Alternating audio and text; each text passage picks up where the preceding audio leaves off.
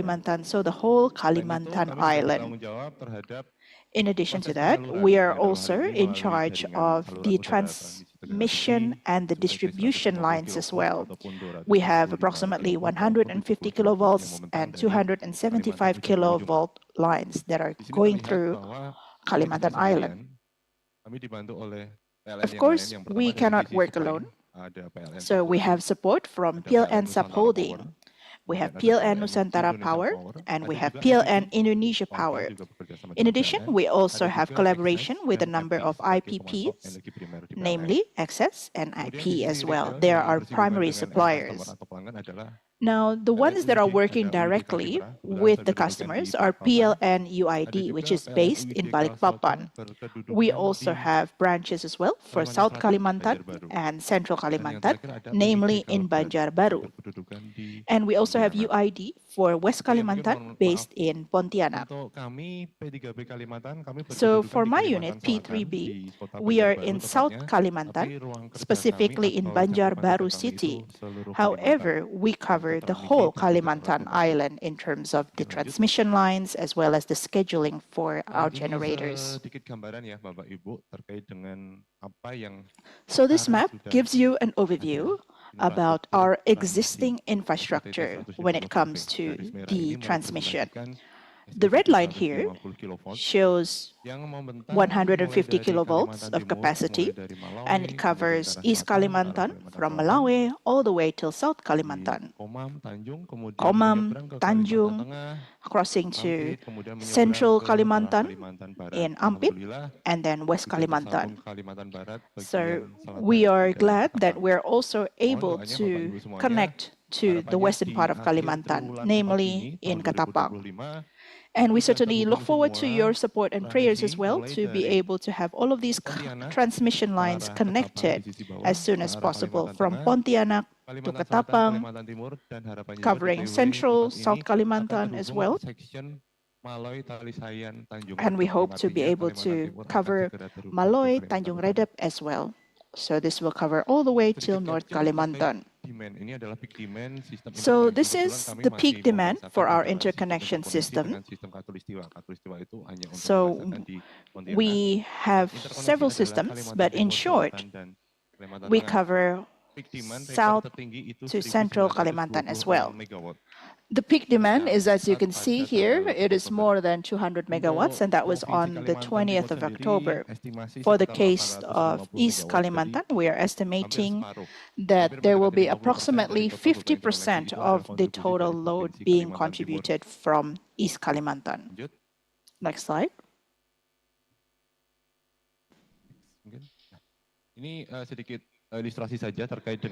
Now, this is just an illustration about the growth for the peak demand. So in October, we actually had a record-breaking demand, and it shows a 6% growth compared to the peak demand in 2024. But one thing to note here is that based on our projections, our annual operational plan apparently is still higher. So there's a deviation of approximately 15%. And one of the causes that has been identified is that the large-scale customers that are connected to this transmission line was expected to start its operations from TW1 till TW2, but unfortunately they still had technical obstacles, and as a result, their demand has been below the initial projections. So that's why we have a relatively high deviation of 15%. Next slide, please. Now, I would also like to share some information about the electricity supply plan, or RUPTL. So this has basically been officiated on the 5th of March, and it is also a derivative product of the National Energy Policy, which has obtained approval from the Parliament. So after waiting for several years, we finally have the new version of the RUPTL, which has been launched by our minister.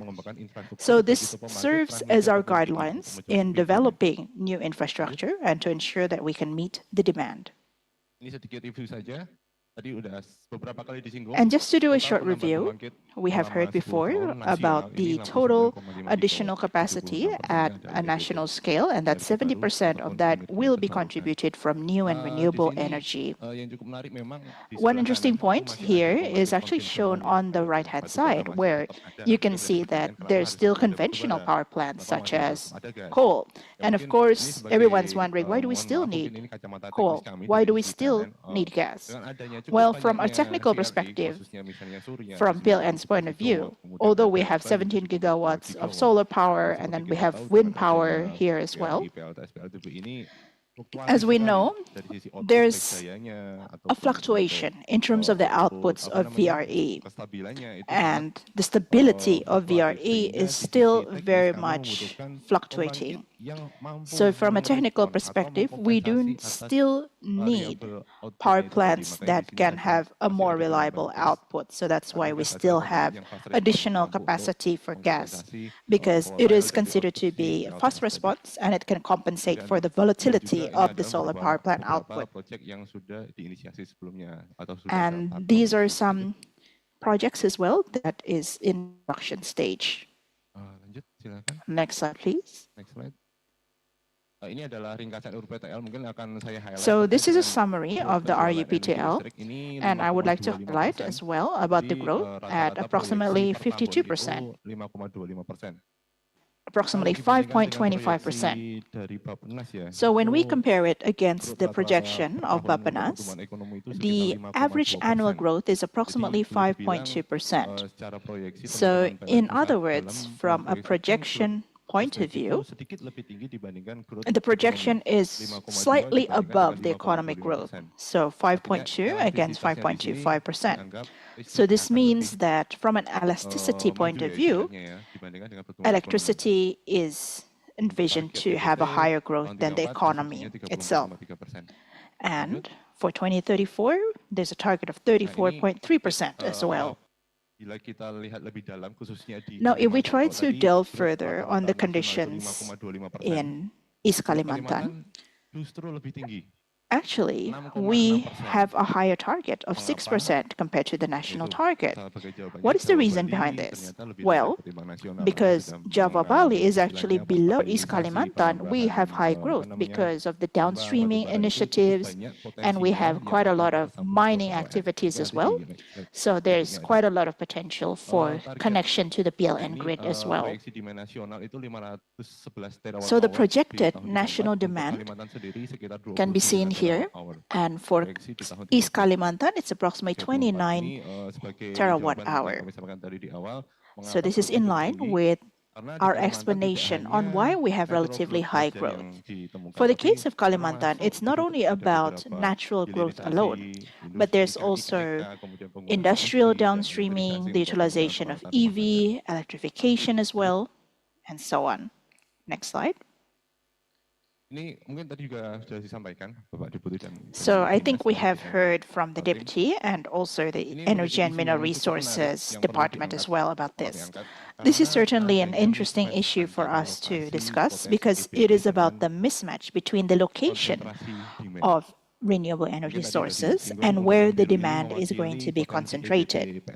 The blue here shows the potential for hydro power, and the red circles reflect the concentrated demand, namely in Samarinda and Balikpapan. It is relatively dominant in East Kalimantan and North Kalimantan. And of course, there's the question of how do we bring such high volume of energy to other regions, because this is a distance of hundreds of kilometers that we're talking about. Now, PLN fully realizes that we cannot work alone to carry this mandate from the government, which is to electrify the whole island of Kalimantan. We realize that we need to synergize with the stakeholders, namely the East Kalimantan government, and we also need to collaborate with the private sector because we realize that we need funding support as well. So perhaps we can also have support from GIZ. We fully realize that the development of hydropower plants requires a lot of investment.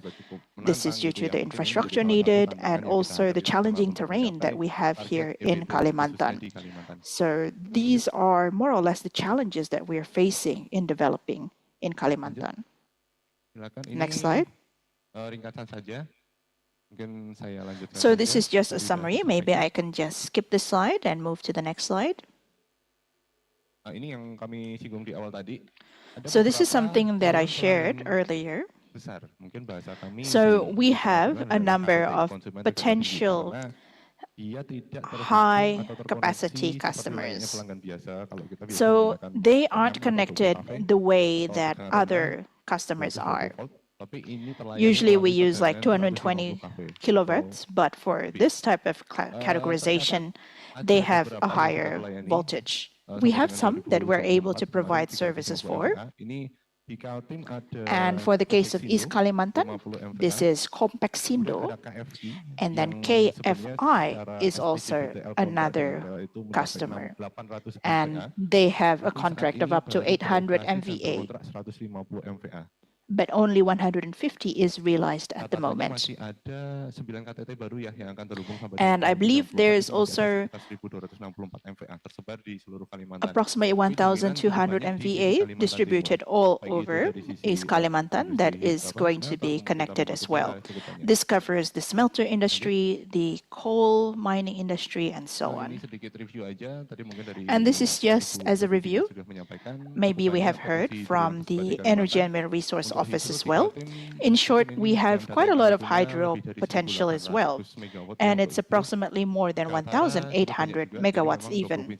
Likewise, in North Kalimantan, we also have quite a lot of potential as well. Next slide.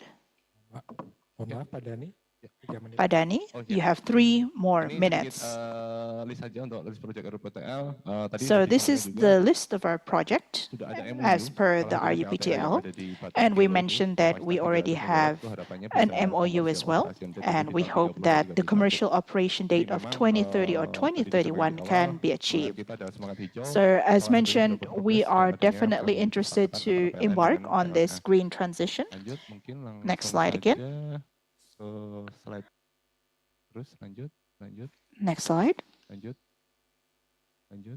Next slide. Okay, I think this is the final slide, and this is to do with the electricity supply to the new capital city or IKN. So as of December 2024, we have reached our COD. So we have a power plant that is based in IKN, and it is already operating and supplying electricity. So in other words, it is 100% being supplied from this solar power plant. However, we also provide a backup. So we have supply from the grid as well, from GIF4, which is GIF Petung and GIF Gresik. For the case of IKN, we try to provide higher reliability, so that's why we have multi-supply. And this is one of our key pilot projects as well. So this is perhaps the first power plant, especially solar power plant, with such a large capacity in East Kalimantan. Okay, I think this is the final slide. So that's all for my presentation. Thank you very much for the time provided, and back to the moderator. Greetings and may peace be upon you. Terima kasih banyak Bapak Dani. Thank you very much, Pak Dani, for your presentation. Saya simpulkan sedikit tadi beberapa I will note down some of the highlights shared. So indeed, Pak Dani has shared with us about the national planning and how 70% is envisioned to be supplied from new renewable energy, including nuclear as well as energy storage. Nevertheless, we still have some fossil fuel-based power plants still being in operation, namely from gas. The reasoning for that was because there is a need for reliability as well as fast dispatch responses in order to compensate for the high variability in renewable energy power plants. And please correct me if I'm wrong, but I think the additional demand for Kalimantan is relatively low, right, sir, compared to the other regions. Is that a correct conclusion? From a quantity perspective, perhaps it is relatively low, but if we calculate the percentage of the growth itself, it's relatively high because Jawa was lower actually compared to Kalimantan, but we do acknowledge that Sulawesi is even higher. Okay, thank you for that clarification. And I think you also mentioned that one of the challenges here is the mismatch between the potential location for new renewable energy and the epicenter for the electricity demand itself. So I believe this is indeed one of the main challenges for the electricity sector, because although it is correct that we can proceed with energy storage, but there's still a limited amount that we can store.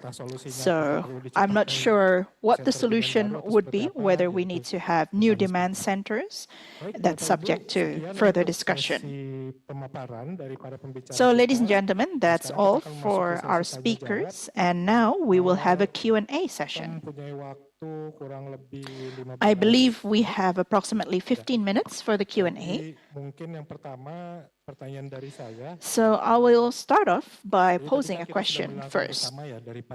So we have heard from Pak Yusuf's side that there is the need for harmonizing and aligning the documents available at the national level to ensure alignment with the regional level.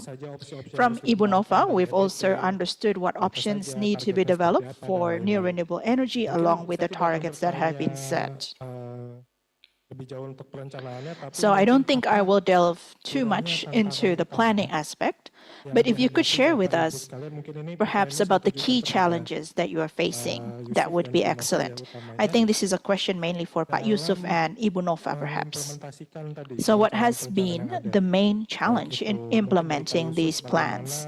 So maybe Pak Yusuf, maybe you can share with us about how you encourage colleagues at the regional level, and Ibu Nova, you can also share with us perhaps about what are the struggles that you are still facing to date that then becomes a hindrance to ensure that there is a sustained energy transition in East Kalimantan. Please feel free. Pak Yusuf first or Ibu Nova first? Okay, maybe I'll go first.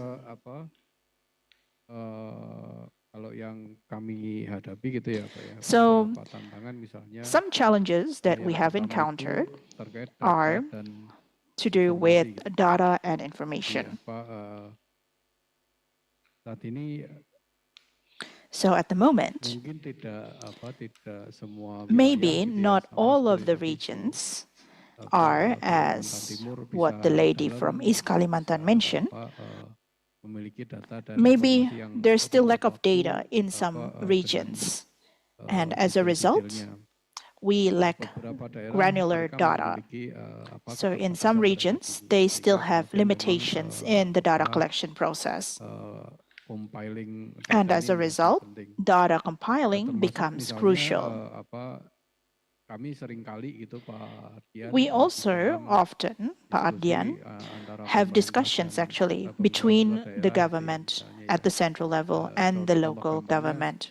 Just to give you a quick example, we're trying to identify how many % of the households are already electrified.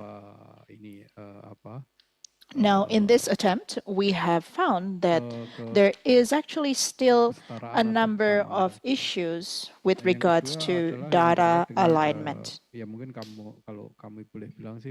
And if I may also share, there's also an issue to do with the capacity. Just to give you an example, detailed planning will certainly require a certain level of knowledge, technical knowledge, as well as perhaps specific knowledge, Pak Ardian.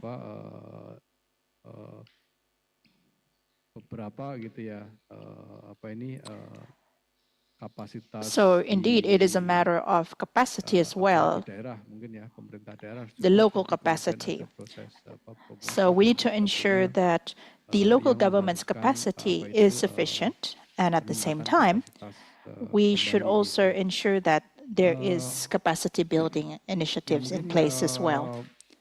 Itu yang istilahnya pokok hal lainnya. So that is more or less the key factors, I would say. Atau mungkin concern dari Pak. And I think the main thing here is to do with Pak Riko's concern, which was about demand.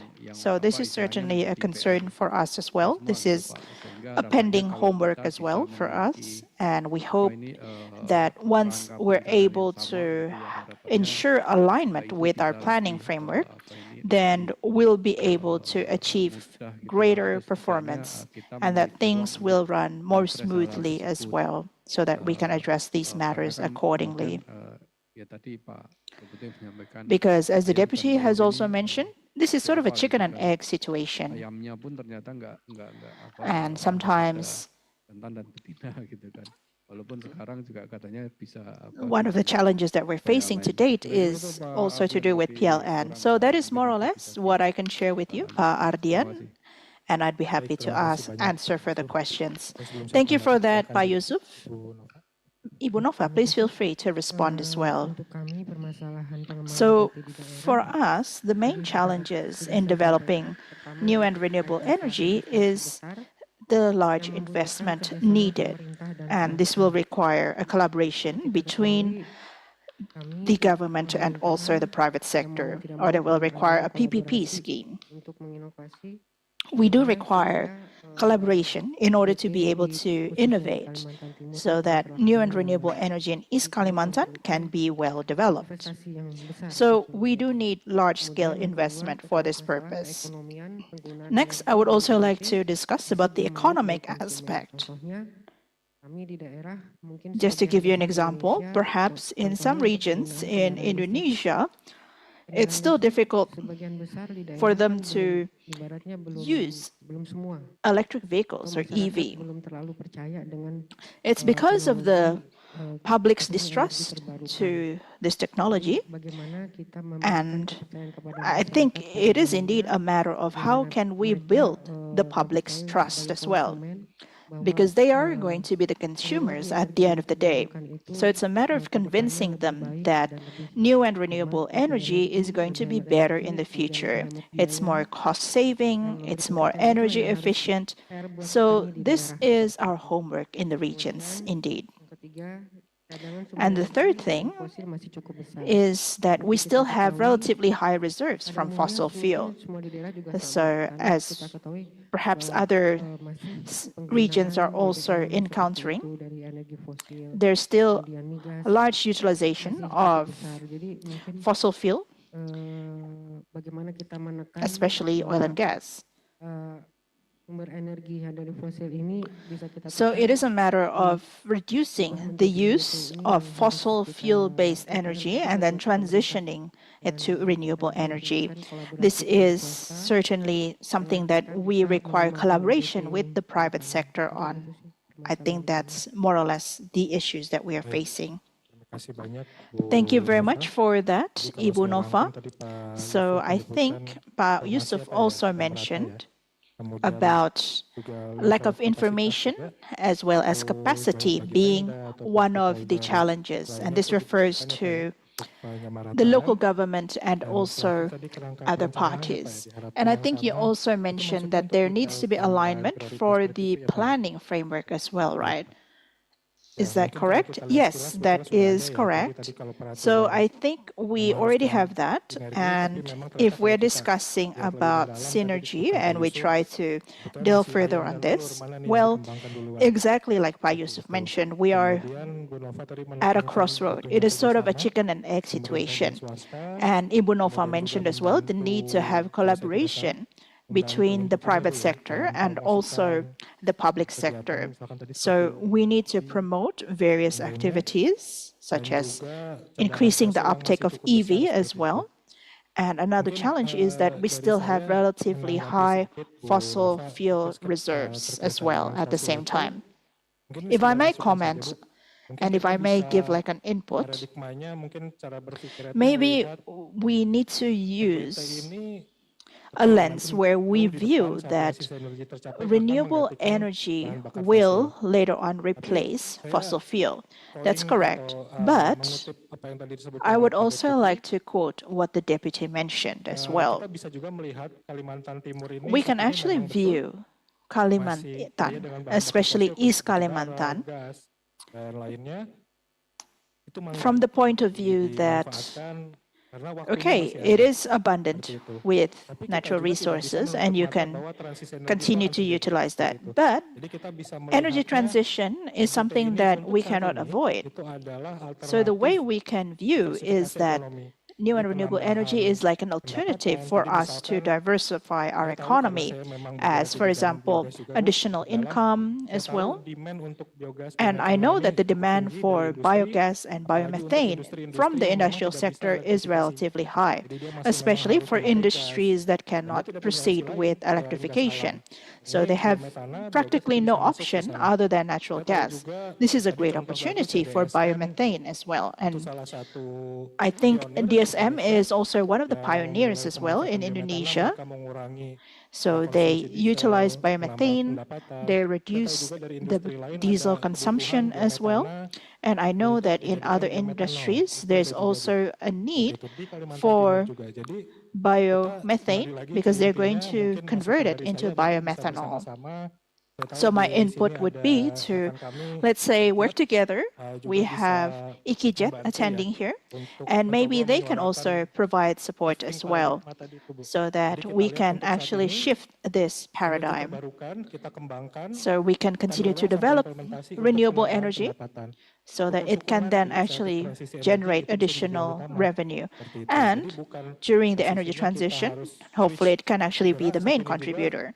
So it's not asking you to switch right now immediately, because I also support the government of Indonesia's vision, which is energy security comes first. But at the same time, we do not close our eyes on the fact that the energy transition is unavoidable. Maybe Ibu Nova can also respond to this. So I'm from the Energy and Mineral Resources Office, and we're actually working together with GIZ on this matter. So we are working together with them in preparing our local plan. So we are working with them, and we are also supported on various activities as well. Thank you very much, Ibu. Okay, maybe the next question is from me.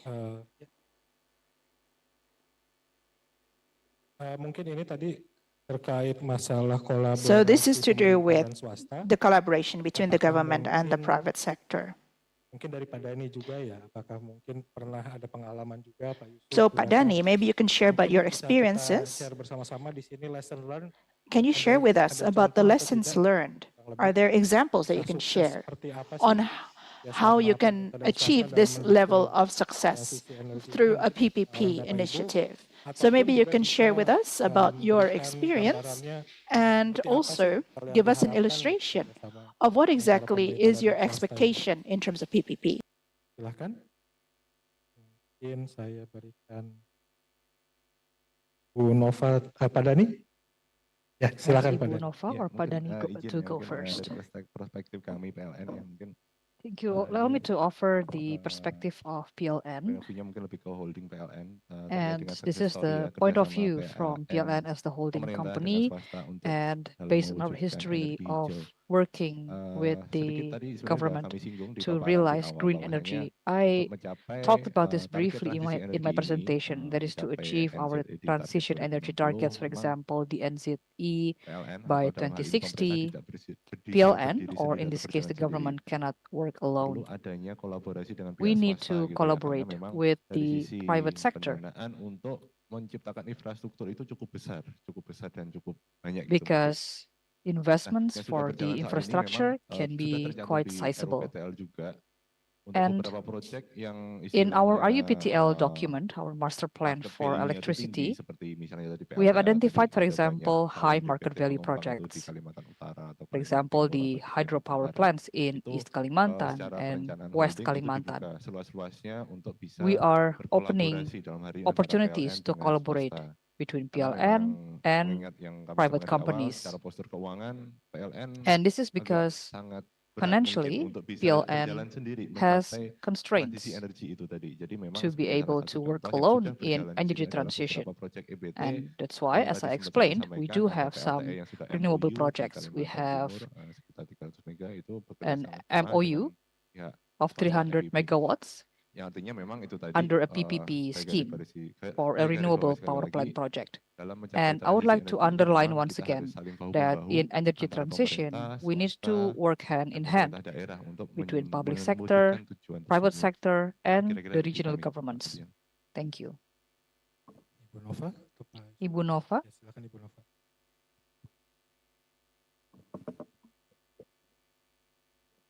Baik. Sama seperti yang sudah disampaikan Pak Dian. Itu jadi kita memang perlu kolaborasi tadi seperti itu And yang saya I sampaikan. agree with Pak Dian that Kebetulan we do kami juga need berupaya collaboration. menggandeng juga PLN And karena memang we have also target been yang harus kami working capai with kan PLN sama ya because dari our BPT, own RUPTL, target dan is, kami dari well, we luar. have the same targets, we have Yang aligned jelas target targets Kaltim ini bauran kami juga harus across tercapai 79%. different planning Ini PR documents, berat buat and kami. our Jadi big kira-kira homework is mau to nggak mau achieve kami harus 79% of berkolaborasi baik renewable dari energy mix pemerintah, for East baik dari Kalimantan. swasta, And dan that's why kami juga collaboration ini is lagi berupaya inevitable dengan for PLN us juga with the central kami dari government, with pemerintah the daerah private Provinsi sector, Kalimantan Timur menggandeng and PLN. East Kami Kalimantan, juga tidak menutup kemungkinan as I untuk said, has been menggandeng working with swasta. PLN, and Sementara we are kami also memang membangun very melalui welcome to the penyedia opportunity seperti of working kegiatan-kegiatan with private pembangunan sector. PLTS, biogas And so we're seperti itu also welcome melalui for projects penyedia such dan as biogas tidak menutup and kemungkinan kami akan solar membuka power plants. And kolaborasi dengan we're swasta-swasta also, untuk again, menghasilkan welcome opportunities to work with program atau private pembangunan sector, yang lebih besar seperti itu. including for larger scale Terima kasih. projects. Pak Yusuf ada yang? Thank you. Pak Silakan, Yusuf, Pak. do you have anything to add? Please go Ya, ahead. baik, mungkin sedikit ini Pak, saya pikir tadi sepertinya sepakat semua kolaborasi menjadi penting gitu ya. Kemudian kita perlu And I membuat believe that wadah collaboration kolaborasi is itu important. I agree with terjadi my gitu fellow ya. speakers, and we need to work hard to make sure Tadi kalau collaboration can take place. Pak Dani gitu ya dari PLN ya Pak Dani PLN from sudah PLN biasa melakukan has itu gitu ya. elaborated their Memang kemudian experiences istilahnya in project kami gitu ya di cooperation, pemerintahan termasuk juga and Bu Nova gitu ya from the point of view of the government, mencoba myself melakukan or Ibu Nova, istilahnya mengintegrasikan atau mensinkronisasikan our berbagai work is to pembiayaan integrate gitu Pak. or Jadi synchronize the apakah different kalau tadi Pak Dani funding available, komersial gitu ya dari Bu Nova pembiayaan pemerintah whether gitu it's ya. commercial Hal lainnya funding juga or istilahnya government-based funding pembiayaan yang or sifatnya other funding mechanisms, hibah gitu ya. Atau for example, grants. pembiayaan yang memiliki interest yang kecil gitu ya. Or Saya pikir soft kalau loans or kita low bisa interest loans. memblending ini gitu ya untuk If we menghasilkan can blend sesuatu yang different jelas financing gitu ya, saya pikir itu instruments, juga bisa dilakukan. I Termasuk believe that would misalnya also be kami ideal. mendengar fasilitasi dari pemerintah We heard, for example, pusat gitu ya dari the willingness untuk of the central mendapatkan government to bantuan pembiayaan hibah untuk melakukan facilitate elektrifikasi komunal di grants wilayah-wilayah to termasuk provide di communal Kalimantan Timur itu, Bu, ya, electrification kalau saya in nggak areas salah ingat. in Indonesia, Dan including in beberapa East wilayah Kalimantan, lainnya. if I'm Jadi not memang mistaken. hal-hal tersebut bisa dilakukan, Pak. So Cuma memang kemudian yang istilahnya yang we can utilize skala different or besar, various kemudian funding kita bisa mechanisms. mengintegrasikan antara supply Now, dan when we demand-nya yang have sepertinya larger masih scale projects, agak we need to think menantang gitu ya. Yang more tadi carefully di about sesi the sebelumnya supply Pak and Deputi demand side. In the previous memberi contoh session, misalnya Pak the terkait dengan deputy provided bisa an membangun example about pembangkitnya, PLTA dan juga how sekaligus we may be able industrinya to gitu build ya. the Kita dulu juga pernah hydropower berhasil plant or a membangun hydropower plant, but at the same time, we eksplorasi also atau need to eksploitasi build batu the bara di industrial Sumatera zones Selatan, for the kita demand side. bangunin We know that we kereta have apinya, coal pelabuhannya, mines kita bangun in industrinya Kalimantan, for di example, and to mana create itu demand, di we daerah can connect Banten, that with, Cilegon, for sekitar itu gitu example, kan. railway services Kita or berikan industrial juga development supply initiatives. gasnya gitu. Jadi In memang gas, we kemudian also need to integrasi connect kolaborasi ini or menjadi complement gas kunci dan facility development with gas pipelines, ya for memang example, and tantangannya connectivity. adalah bagaimana agar itu bisa And so kita the dorong challenge bersama-sama, Pak. indeed is Mungkin itu how yang we can work menjadi on tantangan. different areas Terima kasih, Pak. at the same time. Baik, terima kasih banyak Pak Yusuf, menarik sekali. Jadi ya betul Thank memang you, semua Pak Yusuf. sepakat Very bahwa kita butuh interesting. kolaboratif. I believe we all Tapi agree tadi that dari Pak Yusuf collaboration is menarik. key.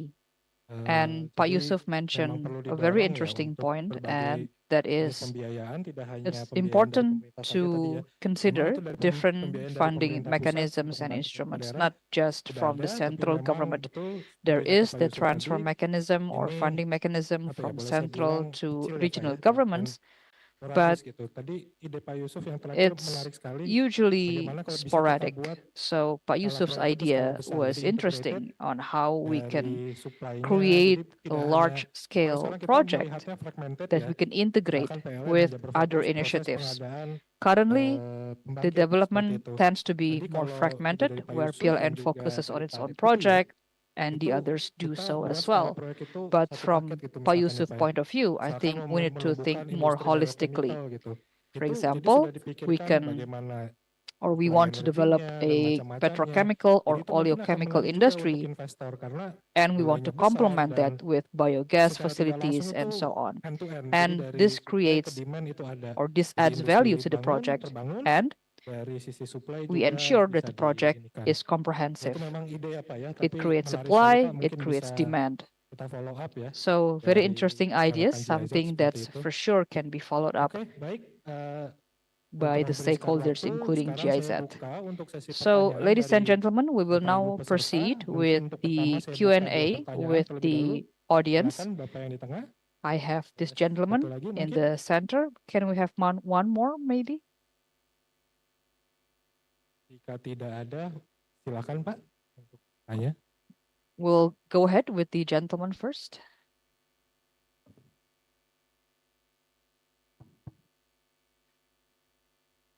Terima kasih. Terima kasih kesempatannya Pak Ardian. Assalamualaikum Thank you, warahmatullahi sir, wabarakatuh. for the opportunity, and Saya Assalamualaikum. memperkenalkan May diri, peace saya be Bay upon us Haki, all. My name is dari Bay Haki. Balitbangda Provinsi Kaltim. I'm from East Kalimantan Mungkin hanya sedikit Research saya ingin and sharing Development bukan Agency. sharing, I'd like berdiskusi lah mungkin. to share my Saya experience agak and sedikit perhaps to get responses punya from apa our namanya speakers.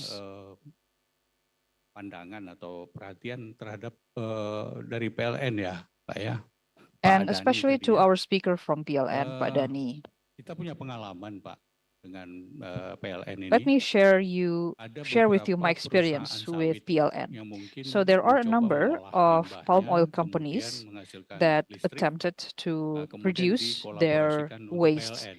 and to turn waste into Tetapi energy. hanya And then they berjalan approached beberapa PLN waktu ya. for collaboration. Dan But it didn't PLN last long. memutuskan mungkin tidak lagi melanjutkan PLN then karena decided not to ternyata continue with mungkin the collaboration listrik because, yang dihasilkan well, barangkali perhaps intermittent the ya, sifatnya yang electricity namanya produced by pembangkit these companies are intermittent.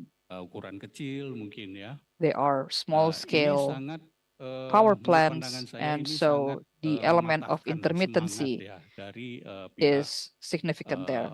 But I think the decision of PLN in that case startup ya. was Katakanlah itu discouraging startup ya begitu for, ya. let's just say, startups or Seharusnya other private kenapa tidak companies. misalkan dilakukan mungkin kontraknya oke setahun atau 2 tahun kamu Perhaps bolehlah, what needs to mungkin be masih changed was the intermittent contract gitu ya, term, masih ya let's mungkin say nggak 1 stabil year, listriknya. in consideration Tapi of the dengan keuntungan yang intermittency kamu dapatkan dari of hasil the pembayaran oleh PLN, kamu harus electricity investasi dong. outputs that they supply. Itu ya harus ada kelanjutan. Jadi tahun kedua kami nggak mau But lagi then terima PLN yang can also ask them to misalkan masih invest intermittent, better padahal in kamu their sudah electricity harusnya projects, investasi begitu. and so they Nah, ini can misalnya reduce untuk the apa namanya intermittency. mendorong gitu loh But you startup ini continue to supaya work with them. bisa tumbuh, so mungkin that kita they itu are yang kita encouraged inginkan. and then they can Nah, grow kemudian better in the future. mumpung ada dari Bappenas juga And pada while kesempatan we have the ini, gentleman from mungkin Bappenas, apakah hal ini I'd like to barangkali take this bisa opportunity to say diambil that alih oleh negara, misalkan di tahap is awal it mungkin ada possible subsidi to take care of subsidies by the central government, for supaya example? tidak merugikan Perhaps during PLN, the first supaya year, PLN mau these berkontrak companies can be dengan perusahaan. subsidized or PLN can be subsidized, and to have PLNs willing to work with these IPPs. Because we want them to be better and they can produce more electricity in the future. My second point is about investments in electricity storage. We know that PLN currently generates more electricity in excess of utilization rate. However, I see there's a lack of investments in energy storage because if we do have storage capacity, then we can store more energy, keep them for a longer period of time. If we just rely on battery, then I think there may be challenges ahead. Batteries are expensive right now. But as Pak Dani mentioned, there may be other means of storage, a pump system, for example, or maybe converting hydrogen into ammonia and then to recover the energy. And so I believe there are other means of storage that we can research by Indonesian researchers, especially in BRIN, or the National Research and Innovation Agency. But of course, we need to ensure that the research funding is available and that research is going to be utilized. And I think the government needs to encourage the specific research. Currently, we still have very small research proportion or funding, especially compared to countries like Israel. But I think in the future, the government needs to have mandatory spending for research, but it needs to be targeted. The research needs to be targeted, focused, for example, on new and renewable energies and what specifically in renewables, let's say the storage or for electric vehicles, perhaps in the future. We can see more varieties of EVs that EVs don't necessarily rely on just battery. So for the gentleman from Bappenas, maybe these are some ideas that you can consider in the future. And going back to PLN, since PLN is Indonesia's monopoly in terms of electricity company, I believe PLN will be the key player to drive companies or new companies in primary energy and to develop power generation facilities. The government also has another entity or state-owned entity in fuel production, but that's another story. But for PLN, we know that PLN is the national electricity company that dominates the power sector. So that's my comments and statements to our speakers. Thank you for the time and assalamualaikum. Thank you, sir, for the questions and the statements. Your name is Pak Bayhaki. Thank you so much. So Pak Bayhaki's first question is about energy startups, right? You mentioned energy startups or companies that worked with PLN but then terminated. So his question was whether these kind of companies can be supported by the central government. Pak Dani, would you like to clarify or perhaps respond to that question before I offer the opportunities to Pak Yusuf and Ibu Nova? Thank you, Pak Bayhaki. Very interesting statements and questions. It's interesting to hear about the startup or what, palm oil companies.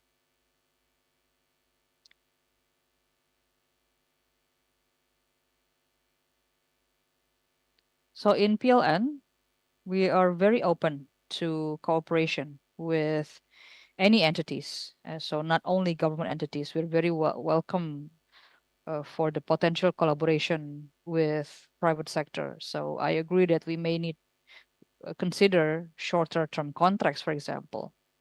And so if the case is a short term electricity sale and purchase agreement,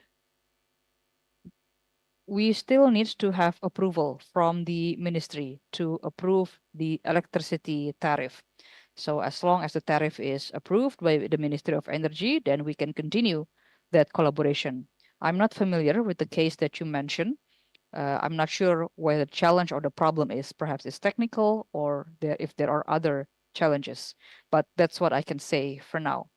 And now allow me to also respond to his statement about energy storage. Based on our RUPTL roadmap until 2034 and in East Kalimantan specifically, there is around 300 megawatts of battery storage capacity that we aspire to develop in East Kalimantan. And this is not to complement solar power plant or wind farms, but the battery is going to be used for load shifting. And so the energy produced during the day, the plant is going to be stored in the battery, and then during the evening or the nighttime, we can utilize the stored energy. So they're kind of like the peaker function there. But there is one challenge from that model that we need to consider, and we also need to sit with our colleagues from the ministry.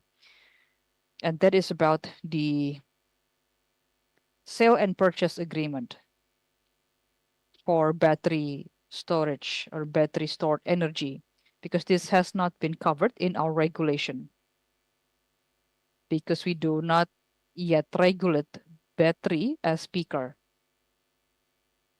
And so there are a number of steps that we need to do and also to advocate to our policymakers so that they can accommodate battery as speaker, and which will definitely help our process of implementing this technology. Thank you, Pak Dani. Maybe Ibu Nova or Pak Yusuf would like to provide your responses. I think there was a question about taking over agreements or projects by the central government. There's also a question about investments and research funding. Pak Yusuf, how about research? Is there any plan from the central government to encourage more research in energy storage, for example?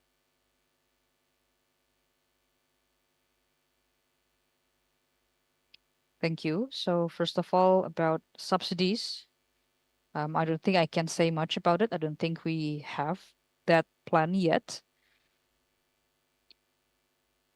because electricity subsidy currently is already provided to PLN.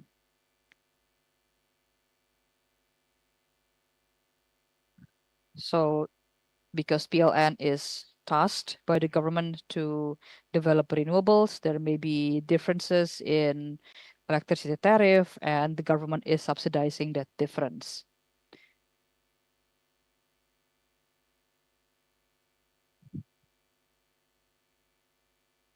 I really hope that if there are technical challenges, such as the case mentioned by Haki, let's say the intermittency, I hope that the developers can find appropriate technology solutions to address intermittency problem.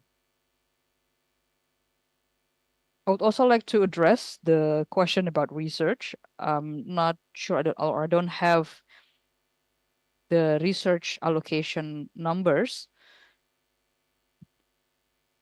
but I believe that we do have mandatory spending in our budget posture for the education sector. And I'm not sure it's wise to have all budget items as mandatory, for example, because we do already have mandatory spending for education, for health, for defense. Perhaps in the future, we will also have mandatory spending for renewables and perhaps one day for research as well. But of course, we need to carefully study this first and to make the best choice.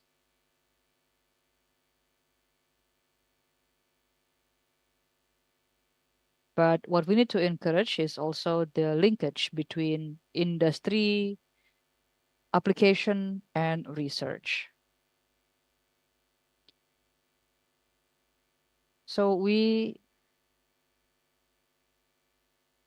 have visited, or we've learned from, whether it's, I'm not sure whether it's Japan or Korea, but this case is about hydrogen transition. So they manufacture vessels to carry hydrogen based on their research.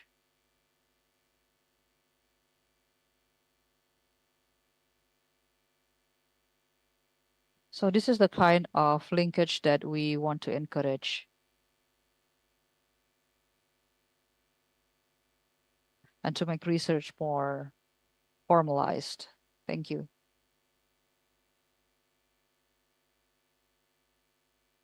Thank you, Pak Yusuf. So, ladies and gentlemen, our time is up. So, I regret to say that we have to close our session. Once again, thank you so much to our speakers, Pak Yusuf, Ibu Nova, and Pak Dani. Thank you for your generous insights. Thank you for taking the time to have a discussion with our audience. And hopefully this has been a useful session for everyone. And on behalf of the GIZ Energy Program, thank you. And also I apologize for any inconvenience for this session. Thank you, and may peace be upon us all.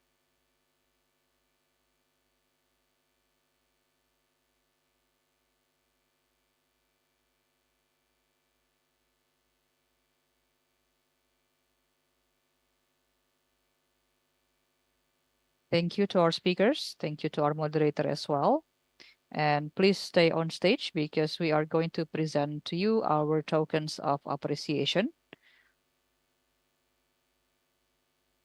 We have Pak Yusuf from Bapenas to present the appreciation tokens. First is to Ibu Nova, representing the Energy and Mineral Resources Office of East Kalimantan. Thank you, Ibu Nova, for your time.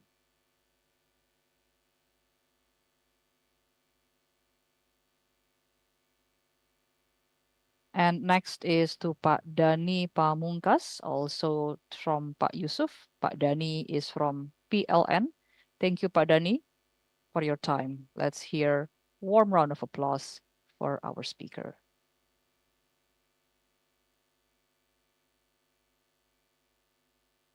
Now let's have a group photo, moderator and speakers. To our photographers, please help to direct our group photo. They are our speakers for our first session this afternoon.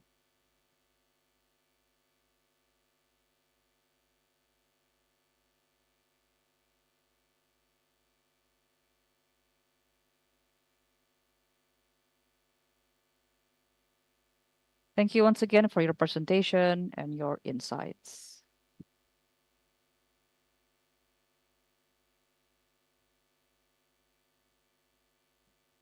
Thank you, and our speakers and moderator may return to your seats.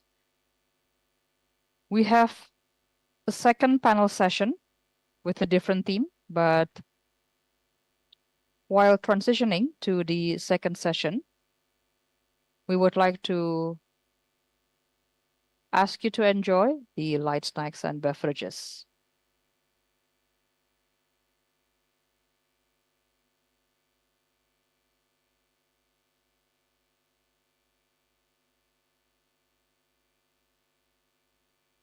And in the second session, our theme is integrating the just Sisi energi component di Kalimantan Timur. in Untuk yang energy sesi kedua transition ini, process kita in coal akan regions. memiliki moderator yang cantik, Our yaitu moderator boleh is tepuk the tangan sekalian beautiful, untuk Ibu Nyimas and Wardah. please welcome Ibu Ibu boleh naik ke Nyimas atas panggung. Swarda. Ibu Nyimas Wardah ini adalah Ibu Nyimas penasehat Warda project is the IKI advisor GIZ to the Indonesia IKI Jet ASEAN. GIZ Untuk Indonesia selanjutnya, ASEAN kami juga project. menghadirkan para pembicara We would yang also akan like menemani to Ibu invite Nyimas Wardah di the atas panggung. speakers who are Pembicara going yang to pertama join adalah Ibu Nyimas Bapak on the Yuliandra stage. Yuwono. The first Tepuk one is tangan Bapak kepada Yuliandra Yuwono.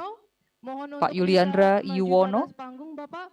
Beliau ini adalah please come Kepala forward Dinas and take the stage. Tenaga He is the head Bukan, of, maaf saya beliau ini adalah penasihat CASE he is Project the Indonesia. advisor to Makasih CASE Bapak sudah project bergabung di GIZ atas panggung. Indonesia Untuk ASEAN. Thank you pembicara so yang much, kedua sir. adalah The Bapak second speaker Rozani is Erawadi. Bapak Tepuk tangan Rozani untuk Bapak Erawadi. Rozani. Let's Bapak welcome Rozani Pak bisa Rozani mohon untuk bisa Erawadi. bergabung bersama kami Also, semua Bapak di please atas join panggung. the Beliau speakers ini on adalah Kepala stage, Dinas Tenaga and he is Kerja the dan head of Transmigrasi Manpower and Provinsi Kalimantan Transmigration Timur. Office of Untuk East pembicara yang Kalimantan. ketiga, The selanjutnya third yaitu speaker, adalah Bapak Kahar the S. third speaker Cahyono, is Bapak Wakil Kahar S. Presiden Cahyono, Konfederasi Serikat Pekerja Vice Indonesia. President Tepuk tangan of untuk Bapak Kahar. Indonesian Selamat Workers bergabung juga di Confederation. atas panggung Pak Welcome, Kahar. Pak Kahar.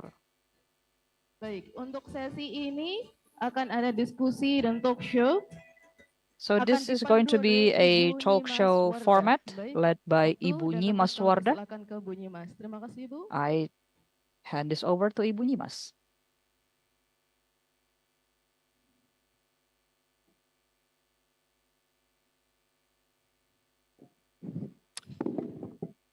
Cek. Oke. Masih ada baterai. Masih ada baterai, mudah-mudahan masih semangat Thank ya. you. So this Assalamualaikum microphone is warahmatullahi on. wabarakatuh. Hopefully our Selamat spirit is, sore, our Bapak energy dan is Ibu. also is on. Selamat Good sore. afternoon, everyone. Good afternoon. Oke, baik. Kita berada di ujung sesi pada We are hari at ini, tapi ini the adalah nearing suatu the topik end yang of our sangat session, penting. but this Pertama-tama, topic is saya no ingin less memperkenalkan important. diri. Nama I would like to saya introduce Nyimas myself. Wardah. My Saya name terbang is dari Nimas Palembang, Wardah. baru I tiba just flew kemarin. in from Palembang. Saya I dari arrived GIZ yesterday. Indonesia dan I'm ASEAN, from dan saya GIZ akan Indonesia memoderatori ASEAN, kurang and lebih I'm your 60 moderator menit ke depan for the sesi next pada 60 sore minutes hari ini. of this Bapak dan afternoon's Ibu, session. no one left Ladies and behind. gentlemen, no one Prinsip left ini behind. seringkali This kita is dengar a ketika principle kita that berdiskusi we often tentang hear transisi during energi. discussions about energy Sejatinya, transition. transisi energi bukan hanya Energy upaya transition beralih dari is not energi just an fosil effort ke where we energi shift yang from terbarukan. fossil to Namun renewable ada energies. satu proses sosial yang sangat kompleks It also di mana carries di a very dalamnya complex menyentuh social kehidupan process masyarakat, because this transition kerja, affects the dan social life komunitas of lokal communities, yang workers, selama as well berpuluh as local tahun communities menggantungkan who kehidupannya for pada sektor decades have been batubara. reliant Karena on itu, fossil sector such prinsip-prinsip as coal. jas And atau therefore, the berkeadilan principle menjadi of just sangat penting is untuk bisa vital memastikan tidak ada pihak to yang ensure that tertinggal. there is no one left Dan behind. bahwa manfaat dari perubahan And atau the transisi just ini principle will bisa also ensure dirasakan that the secara benefits of merata. energy transition can be Keadilan juga enjoyed menyangkut equally by kesetaraan everyone. gender, Just inklusivitas also means gender perempuan, equality, masyarakat inclusivity lokal, of dan women, kelompok local rentan communities, as well perlu as mendapat vulnerable groups. ruang And dan they deserve or peluang they yang need the setara. space, they need to Bapak have dan equal Ibu, saat opportunities. ini sudah Ladies and mulai gentlemen, ada beberapa inisiatif konkret we untuk now mendukung have masyarakat concrete dan initiatives pekerja di daerah to penghasil support batubara local agar communities siap and workers in menghadapi coal regions resiko to sekaligus ensure that they juga are prepared peluang to transisi. Misalnya face the diantaranya risks as terkait well as layanan opportunities pengantar arising kerja from energy untuk transition. membantu pekerja For example, there are beradaptasi work di peluang adaptation pekerjaan yang baru. services to help them transition Kemudian yang kedua to juga new ada work opportunities. negosiasi perjanjian kerjasama There yang are also menjamin hak-hak negotiations pekerja of dan juga agreements ada that would program-program protect pemberdayaan workers' masyarakat rights untuk as well as menuju community peluang ekonomi empowerment baru. programs Nah, langkah-langkah as ini they menunjukkan bahwa strive to prinsip-prinsip leverage adil new atau economic berkeadilan itu opportunities. And dalam this shows transisi that the bukan hanya just sekedar principle prinsip, in namun energy bisa transition diwujudkan is not melalui merely a kolaborasi principle on antara paper, but can pemerintah, be realized sektor through the swasta, dan collaboration juga of the government, masyarakat. private Dan sector, untuk as well as menggali the lebih society. dalam, And tadi yang saya to sampaikan, bagaimana ini bisa hear more diterapkan di lapangan. about how Hari we ini can sudah ada implement the para just principle, narasumber kita yang we have akan our berbagi speakers joining us this pengalaman, afternoon, and they are praktik going to baik, share with dan us their juga experiences, pembelajaran ya. their best Selamat practices, sore, as well as their Pak lessons Mas learned. Andra, So Pak good Rozani, dan afternoon to juga Pak Mas Andra, Kahar Pak ya. Rozani, Baik, yang and pertama Pak saya Kahar. mau ke I would like to first of Mas all Yudiandra go Yuwono, Mas to Andra. Pak Mas Andra ini Andra or adalah dari Yudiandra Yuwono. CASE ya Mas ya, advisor. He's the Kita advisor dengar to the ada CASE studi gender project. yang dilakukan oleh CASE So di daerah we penghasil batu are bara. aware of Nanti kita the akan dengar cases bersama study gender seperti study apa in coal regions. transisi So we would like to hear mempengaruhi from you peran about dan how kondisi the energy perempuan dan transition kelompok affects the rentan. role and Kemudian situation juga of mungkin women bisa and berbagi vulnerable groups, terkait and perhaps you can also share tantangan with begitu us Mas ya, about the kesetaraan challenges gender dan juga inklusi of sosial yang gender ada dalam masa equality transisi. and social Mas inclusion Andra silakan in the 10 menit transition waktunya. process. You have 10 minutes, Andra. Assalamualaikum warahmatullahi wabarakatuh.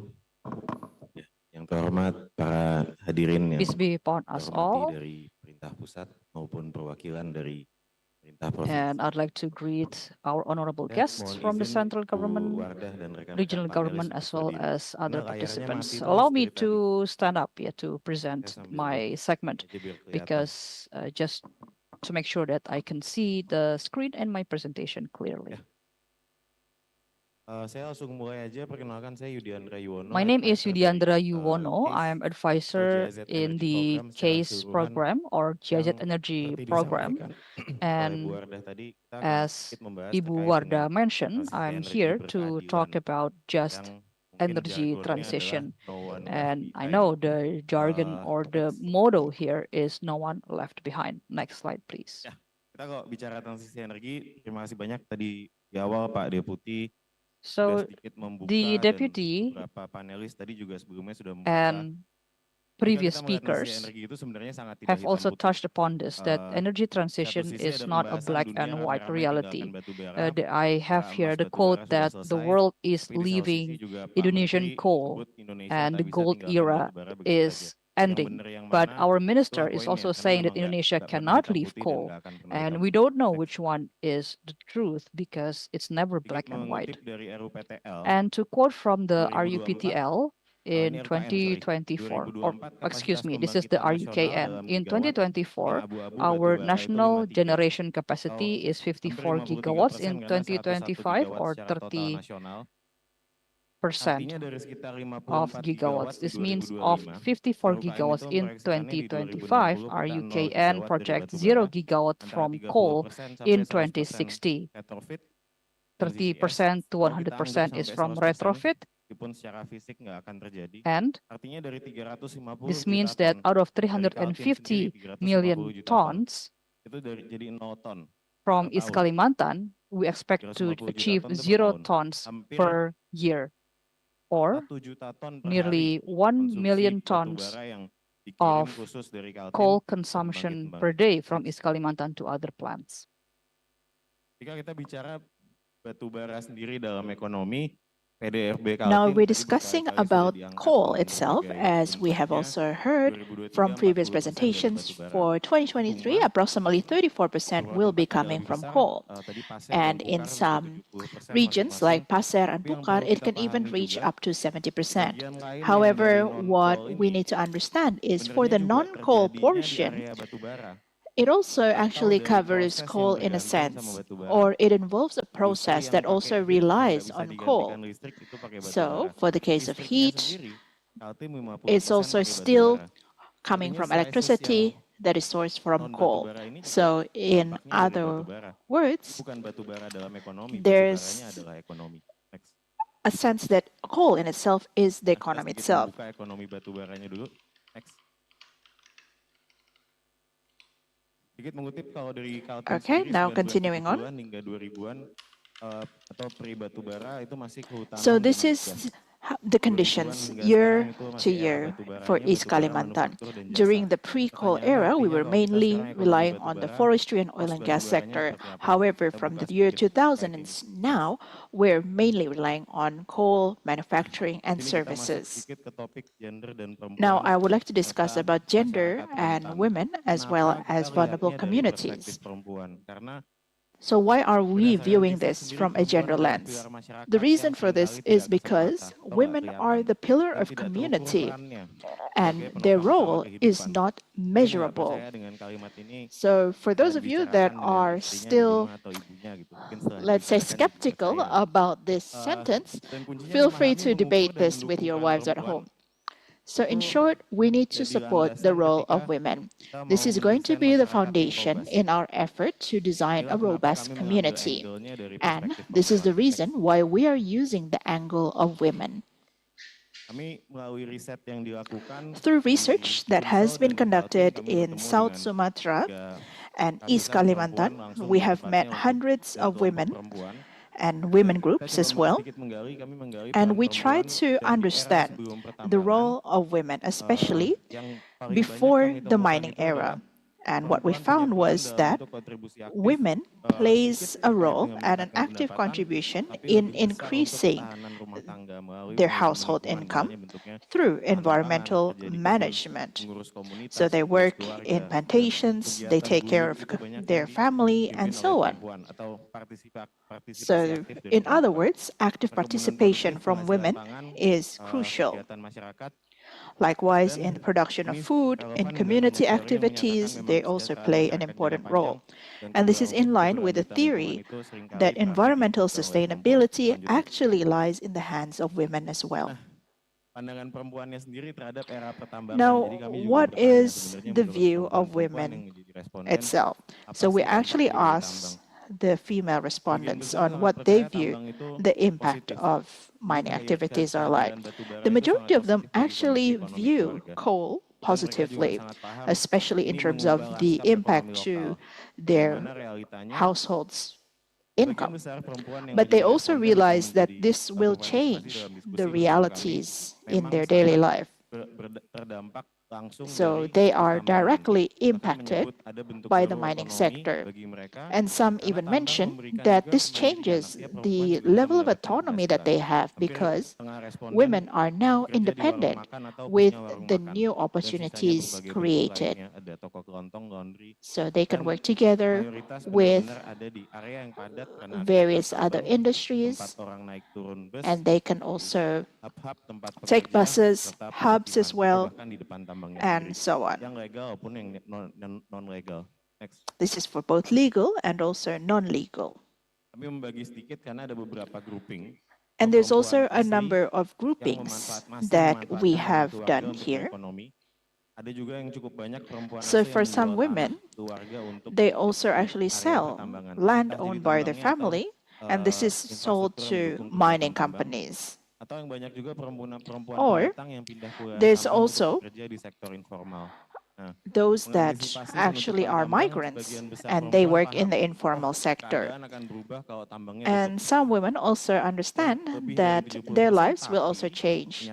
And more than 70% also mention that they will continue carrying out their activities with or without the mining activities.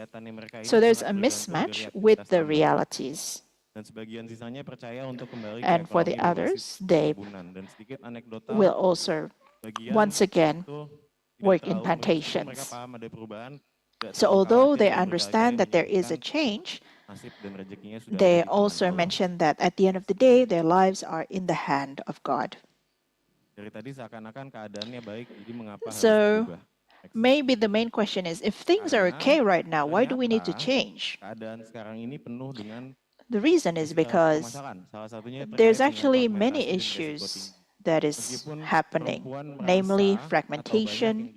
So although the women perhaps feel that their economy is actually improving, there's many job opportunities, but what's a reality is that there's actually a disparity as well, because the mining sector is still relatively dominated by men. So in other words, it's an exclusive sector. In addition, the mismatch of the profile of women versus the demand itself then becomes an issue, namely, for example, the education level needed. And the mining policies also aren't well targeted. That's also another issue. Moreover, the safety of women, children, and elderlies are also in high risk. There's 30 children that have lost their lives due to activities in the mining sector. So the impacts of the extractive sector has been discussed by many parties, and at the end of the day, the vulnerable groups are the ones that are most affected. In addition, there's also systemic impacts to the environment as well. So when some decide to carry out agriculture activities, they also compete in terms of water availability, and there's also microclimate issues as well. So the conditions are indeed worsening, and the conversion of land has also resulted in limited land availability, and productivity also declines as a result.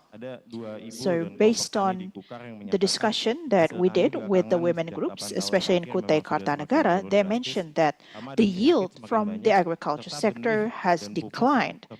And on the other hand, the price of pesticides is also increasing. So it's very difficult for them, and it's not really economically beneficial anymore. 1 menit lagi. One more minute, Mas Angka.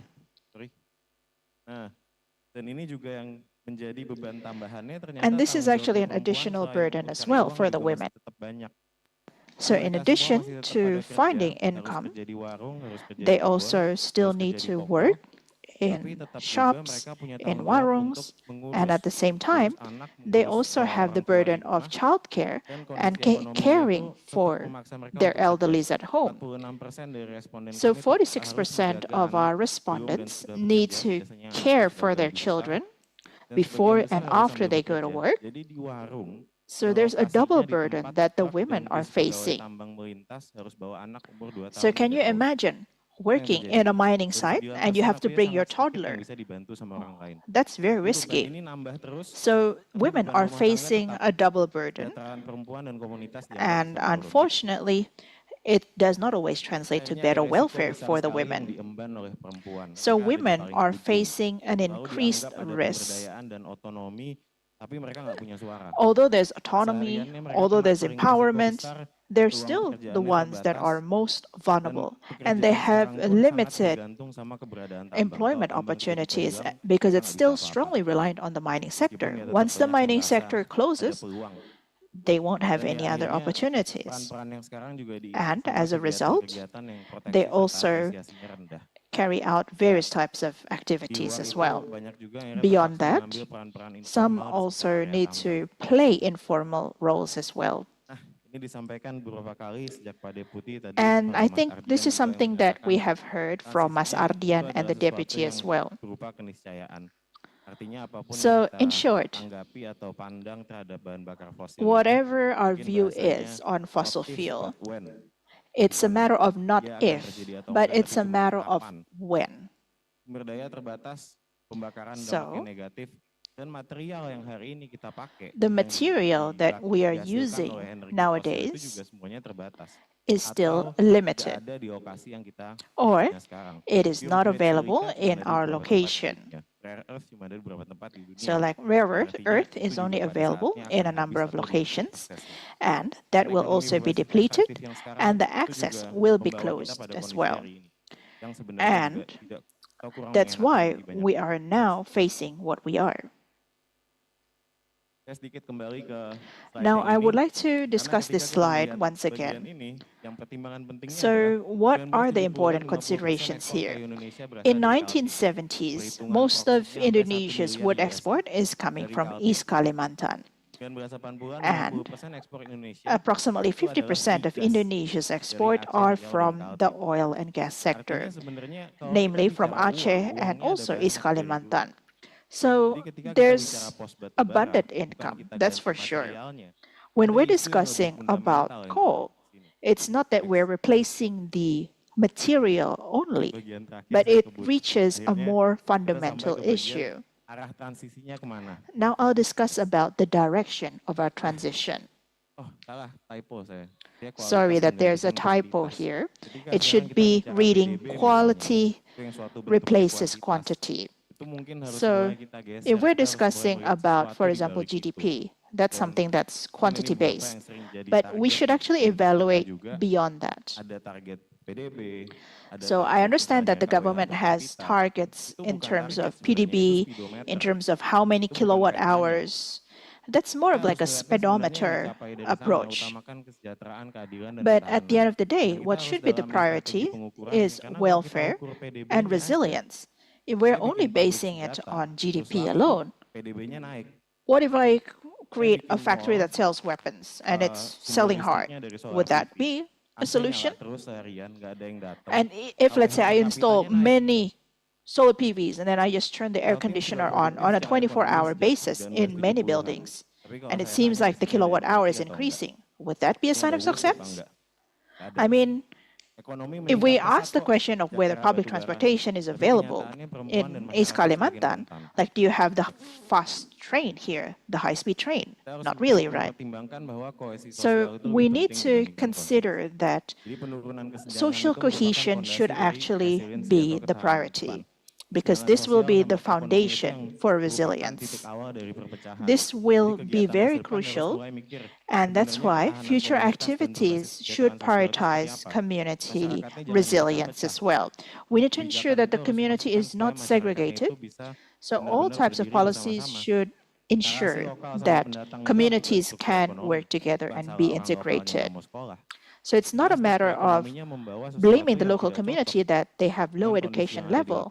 We need to reflect on the fact that the structure maybe is not suitable. Some say that 45% of Indonesia's workforce is only of primary school graduate. Who can we blame? Can we blame the community? I mean, like 45% is practically the majority, right? Okay. At the end of the day, we do need to consider about the carrying capacity when it comes to natural resources. And we are indeed developing a local approach. And at the end of the day, when we're discussing about welfare, it is material-based. You still need cement to build a hospital, right? What's crucial here is to ensure that the true beneficiaries are those in the respective regions. So what percentage is actually used to develop East Kalimantan? And in this case, we need to also reduce reliance to external parties. So actually, utilizing coal from East Kalimantan will be much more economical rather than transporting coal from, let's say, Java Island. So that's why this is the foundation for economic growth. And once again, don't forget that women and the elderly as well as children are the vulnerable groups. Okay, now before I end my presentation, maybe you're wondering, why is it a man that is discussing about women? So I actually have two women co-authors as well. That's all. Thank you very much. Greetings. Okay, let's give a round of applause for Mas Andra representing CASE. Thank you for sharing about the study that you have conducted alongside two female colleagues. So ladies and gentlemen, we have heard many things about women and struggles in the mining sector, and that women plays and contribute significantly to resilience, both food resilience as well as in energy management. And women also face a double burden. And there's also findings that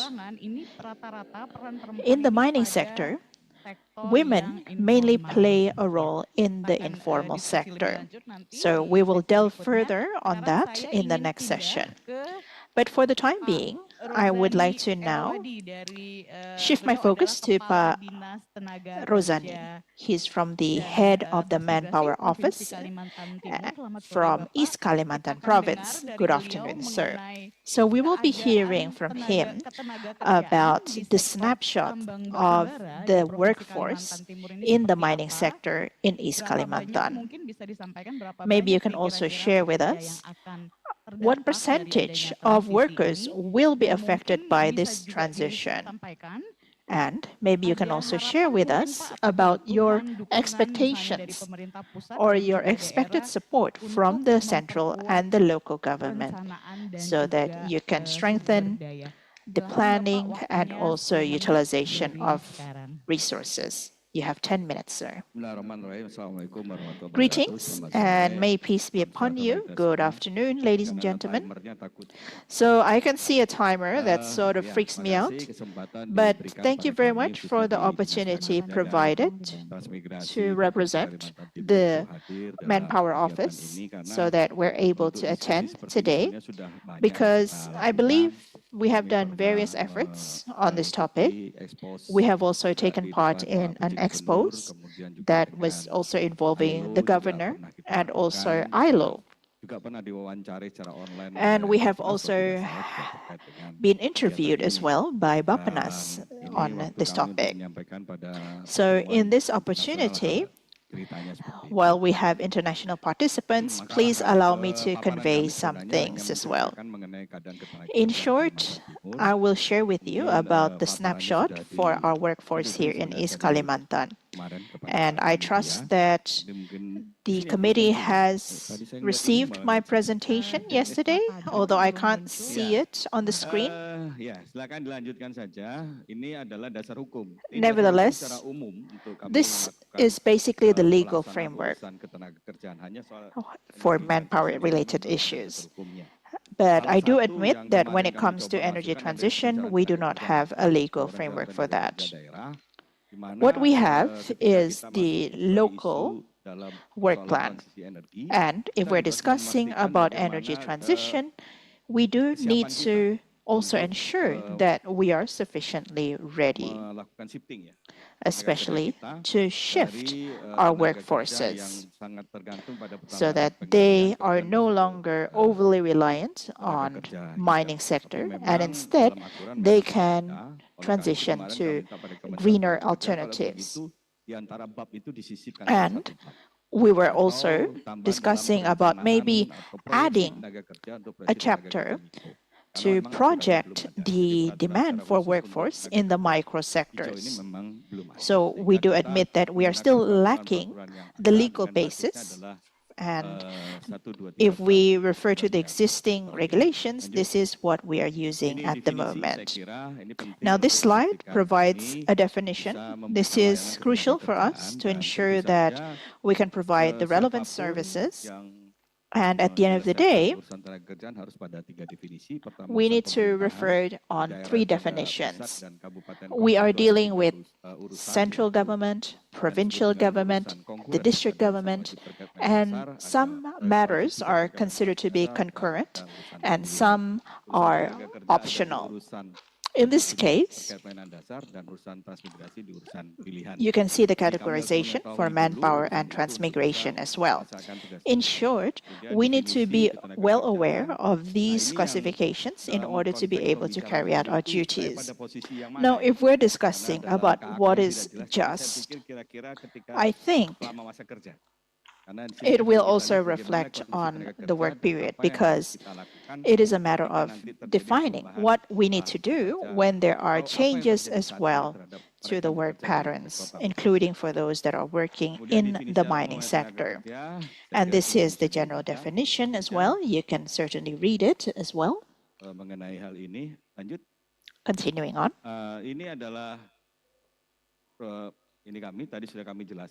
So I think this is something that we have explained. In short, for us, what's also important is to evaluate the open unemployment rate as well.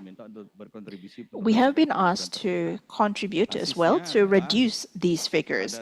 And the basis for us is basically in 2023, there's approximately 5.31%. Afterwards, in 2024, this further increased. So there's been a total reduction of approximately 0.17%. This is for the open unemployment rate. Now, of course, this was also contributed from the mining sector as well. And we can see this in the next slide. So out of the 5.14, there's been a slight transition. Now there's approximately 29,000 more compared to the previous year. And the next slide, please. So for the mining sector, and from a percentage point of view, this is a sector that indeed absorbs a lot of employees. This is for the period of 2023 to 2024. From a percentage point of view, it's 8.52%. And from a figurative perspective, if I'm not mistaken, it's amounting to 14,000 workers in this sector. And this is for the period of 2023 to 2024. We do admit that there's a slight decline compared to 2022 to 2023. So there is a slight decline. Nevertheless, it is still a sector that gives a great contribution as well in reducing the open unemployment. Now, I would also like to discuss about the productivity of the workforce. So indeed, the mining sector is giving a high contribution. And that's also the reason why this sector has relatively high productivity in East Kalimantan.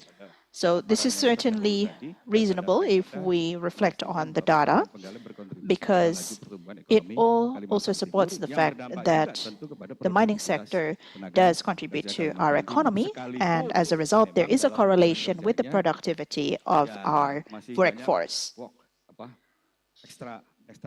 Although we also realize that there's still extra time needed to achieve a better system.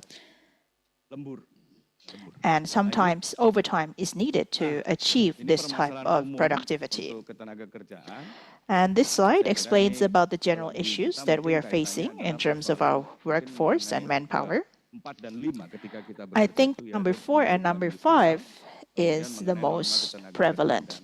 This is to do with the industrial relations as well as occupational and health security. In short, we truly hope that we can have better industrial contribution through preparing various regulations. But we do realize that at the end of the day, we cannot rely on the provincial government alone, because it depends on the working area of the people. If they're working in only a single district or city, then we will also need to involve the local agency. But if it is cross district and city, then we will need to involve the provincial government. Now, vice versa. If, let's say, the head office is in Jakarta and they have various working areas, then the Ministry of Manpower in Jakarta will also be involved. In general, this will mainly be done from the ministry side. But if we refer to the company's regulations at the provincial level, then we will also be involved as well.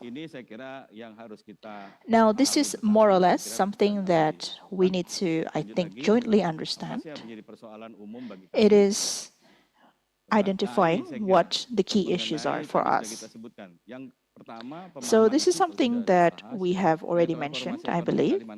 This is to do with the economic transformation in East Kalimantan, including what actions need to be done for us to be able to transition from the mining sector to other sectors.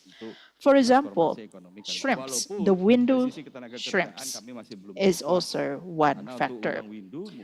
For the case of the window shrimps, maybe this is mainly still involving the informal sector. On the other hand, for the mining sector, it touches more on the formal sector. So this is to do with social security and then ensuring that a living wage is paid and so on. So in some cases, maybe it can provide economic growth, but not necessarily translating into better welfare. Likewise, for the topic of green economy, we have not received input as well on what our policies will be for East Kalimantan. And although we discuss about green economy and how we need to transition from fossil fuel to others, and it's also a matter of how we can ensure that we can utilize machines that are using biofuel and so on. But what we are lacking is the work competence standards. Nevertheless, this can be done through tailor-made training if it is needed by the company. Now, for the cooperation agreement and the government regulation, we need inputs on this because we do acknowledge that sometimes there's still improvements to be made in this sector. For the cooperation agreement, not all unions are included, and sometimes this is to do with companies that are part of this. However, if we reflect to the relation between the parties, then hopefully we can jointly formulate this as well. And sometimes it's not always in line. And sometimes it can also go beyond the time that is set. So this is certainly also a challenge, because then the question is, which agreement do we refer to? Now, what's also important, of course, is the issue of social protection. And we also remind companies that work with us, especially those that are affiliated with mining companies. We remind them about the importance of social protection. So, for example, if you are laying off the staff, you need to ensure that they are given a severance package, and likewise, there's some unemployment benefits that also need to be paid. But this is not applicable for all companies because the nature of their employment is short-term and it is contract-based. So this is also an issue for us, actually. So that is more or less what the issues are, and hopefully we can discuss this with you as well. Okay, let's give a round of applause, ladies and gentlemen. Thank you very much, sir, for sharing that with us. So yes, indeed. We have also heard from the head of the office about this miss and match between qualification and then the demand. So there's still a mismatch between what the labor market can provide versus the needs of the employer. And we've also heard about the importance of the cooperation agreement. So our third speaker, Mas Kahar, is from the Indonesian Workers' Confederation. So we will be hearing from him about the perspectives of our colleagues from the workers' union about this energy transition. So what is the interest here, and is there an understanding about the risks and the opportunities for this transition? Do we already have this cooperation agreement? Ladies and gentlemen, just to give you a context, this is like an agreement based on the negotiation that has taken place between the workers' union and the company, which stipulates the work requirements along with the rights and responsibilities. So do we have clauses on this matter? So maybe our colleagues here from the workers' union can also share about what social protection is provided, including for upskilling and reskilling. Please feel free, Mas Kahar, we have 10 minutes. Baik, terima kasih moderator dan Thank you to the moderator. nggak muncul ya.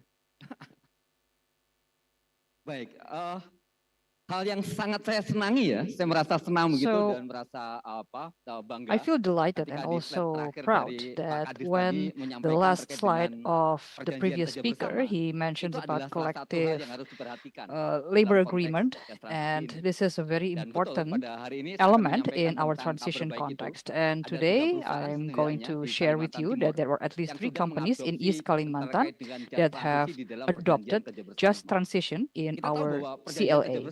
We know that collective labor agreement of CLA is the highest regulation in a company because it's formulated through the bipartite discussions between the company, between the employer and the union. And usually they go beyond and above the standards of the regulation. Usually because what's set out in the law don't even need to be included in our CLA because CLA again typically goes beyond the law's stipulations. But we also know that energy transition clauses are not yet included in many CLAs, and that's why it's very important that we continue to advocate how to implement the just principle in our CLA. I would like to start with the coal sector.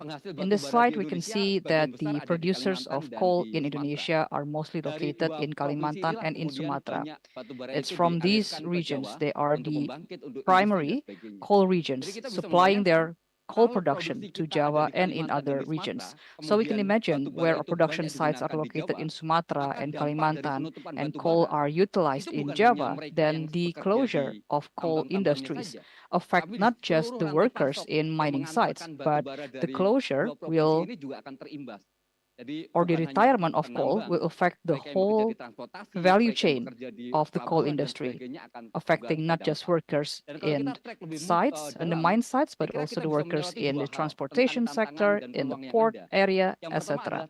And there are 2 main challenges. One is the loss of jobs, but the secondly is the emergence of new jobs. So during coal retirement, there will be new jobs through economic transformation. Kalau kita bisa lihat gitu ya tentang apa yang akan terjadi ketika penutupan tambang batubara. If we can imagine what's going to happen through or after the closing of mines, for example, large scale of layoffs. And layoffs are less protected in Indonesia. For example, regulations through our job creation law actually creates easier mechanisms for layoffs. And not to mention layoff termination. They need to go through industrial court. It's can go through a very lengthy process. And so regulation-wise, we are not sufficiently protecting our workers. Secondly, is about the severance pay. The current regulations actually reducing responsibilities for severance pay. And not to mention social benefits. When someone is laid off, that person also loses their health benefits. And what about outsourced workers or contract workers? They will not be able to claim for their unemployment benefits because unemployment benefits are only available for permanent employees. And so this will affect their overall welfare. And so these are the real imminent threats if we do decide to close down mines. And in my next slide, What about the risks of new jobs? Will there be new jobs, and whether new jobs will automatically absorb workers? Will this make workers happy? Will these new jobs promise new hopes? Let's look at these challenges one by one. New jobs will require upskilling and reskilling. Workers need new skills to be able to access these jobs. And here we are faced with a number of questions. For example, internships. Internships is oftentimes misused or abused. So you're an intern, but you are receiving load work equal to a permanent employee, but there's no reskilling for you. And how can we make sure that reskilling and upskilling are targeting those affected by layoffs and not new generations of workers? And what about decent jobs? We are also criticizing how new jobs can actually create insufficient or precarious jobs. For example, contract works, and also the shift from formal to informal employment. And these are creating vulnerable situations for workers. They are vulnerable to layoffs, for example. And when mines are closed down, how can we be sure that economic transformation initiatives will target or prioritize affected regions? Or is there a risk that new jobs will emerge in different regions? And so the challenge might be large-scale migration from mine regions to non-mining regions where new jobs arise. So from this context, we believe that meaningful participation is key, because workers do not want to be left behind in this energy transition. And energy transition is not just about environment.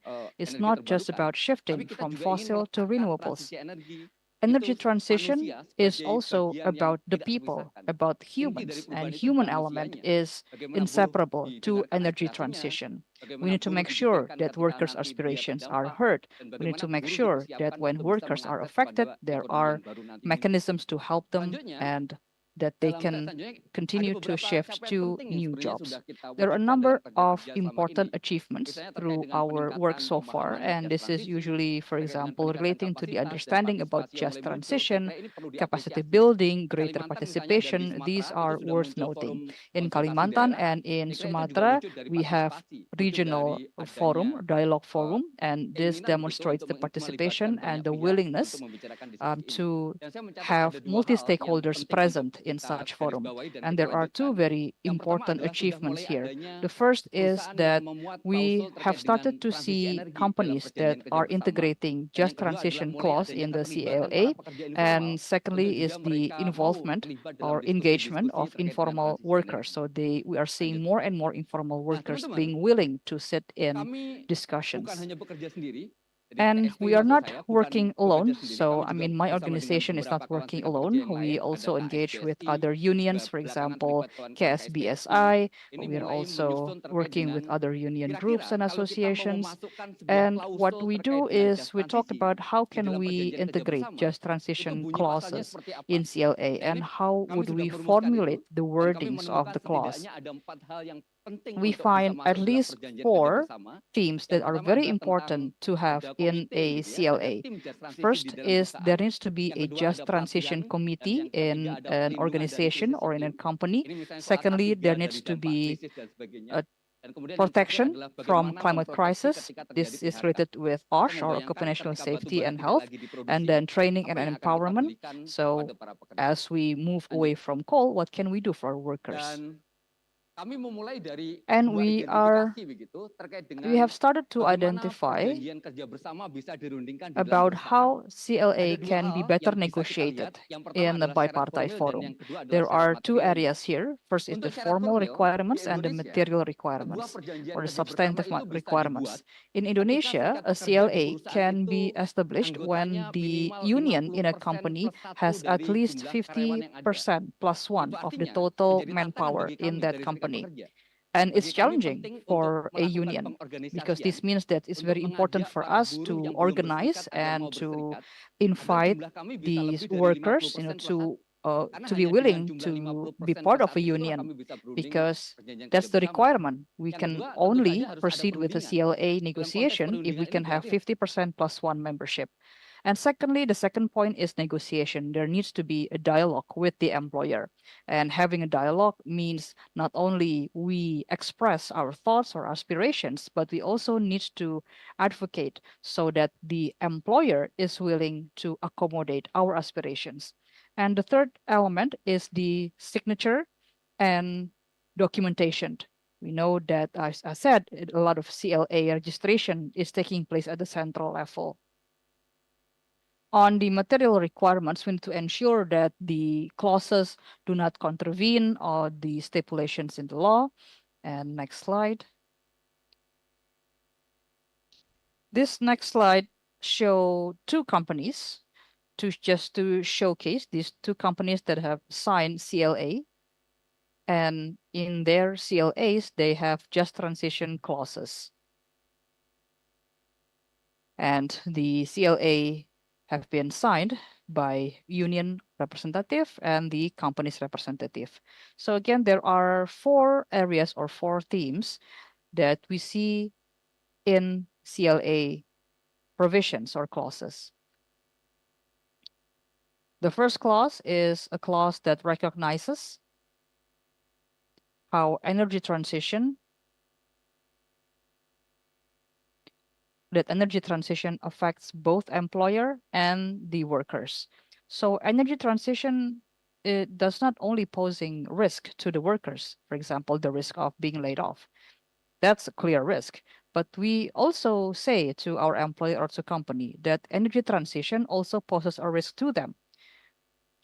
If a company has to be closed down, then it affects the industry as a whole.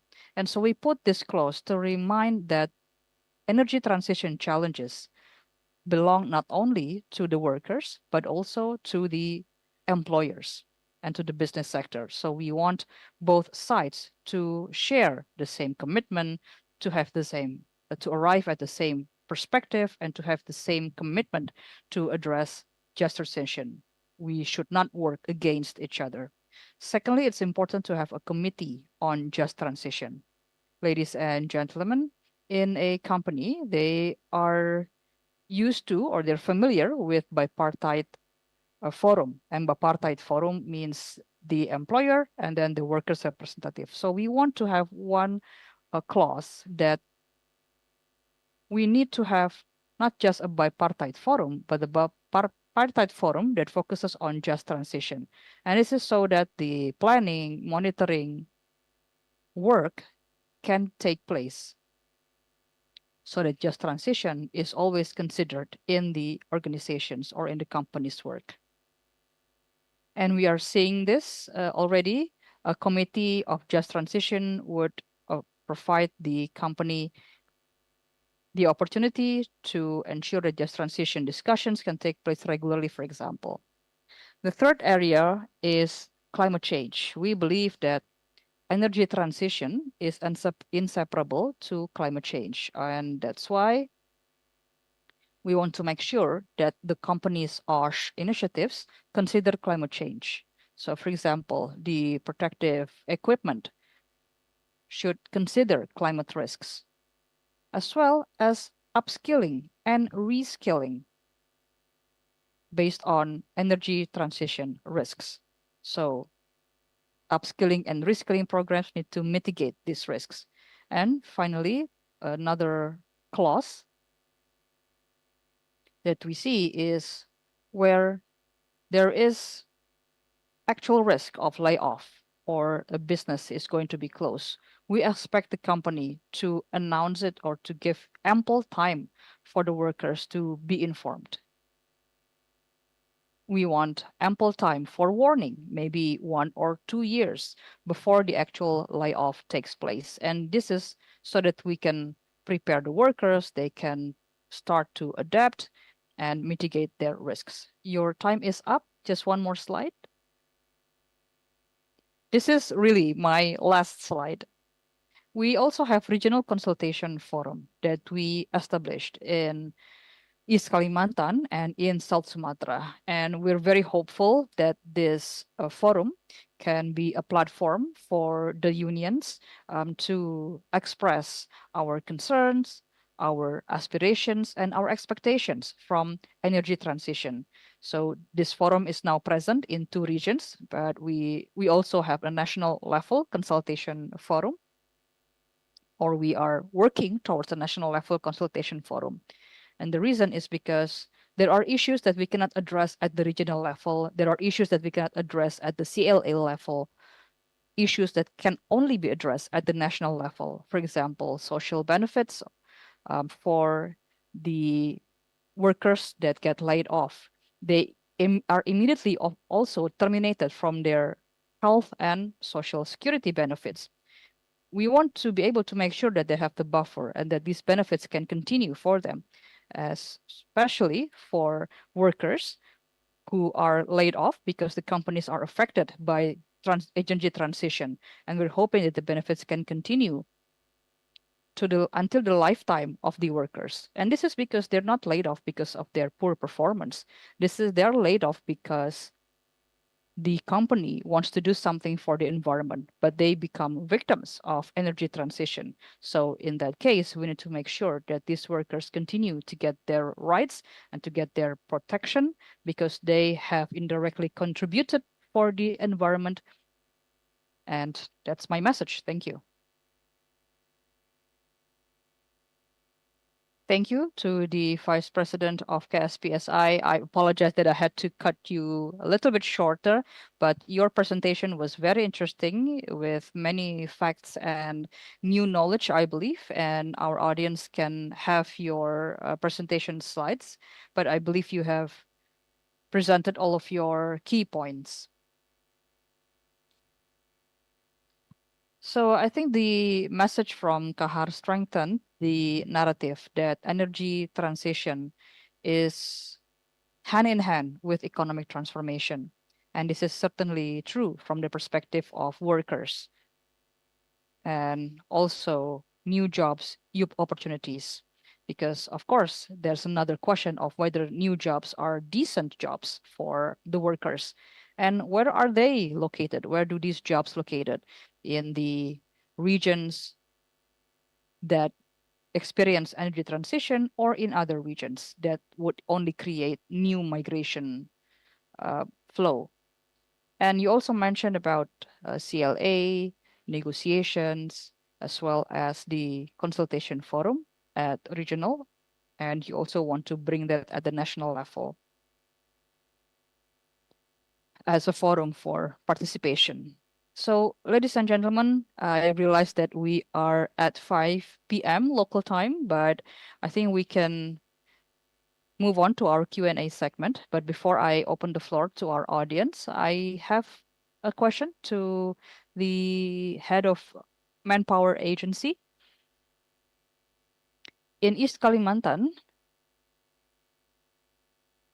we have a program supported by IKIJET and ILO with your office. And the program is to ensure workers' placements and how to make sure that workers' placements are matched with the company's needs, as well as the skills of the workers. There's also the vocational coordination team, or TKDV. Perhaps you can share with us their role about on capacity building to support green jobs in East Kalimantan. You may go ahead, sir.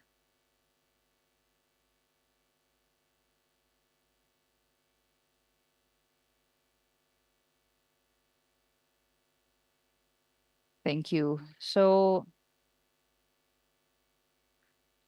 yes, we do still have the program for placement, and I opened some related events 2 times in the past, but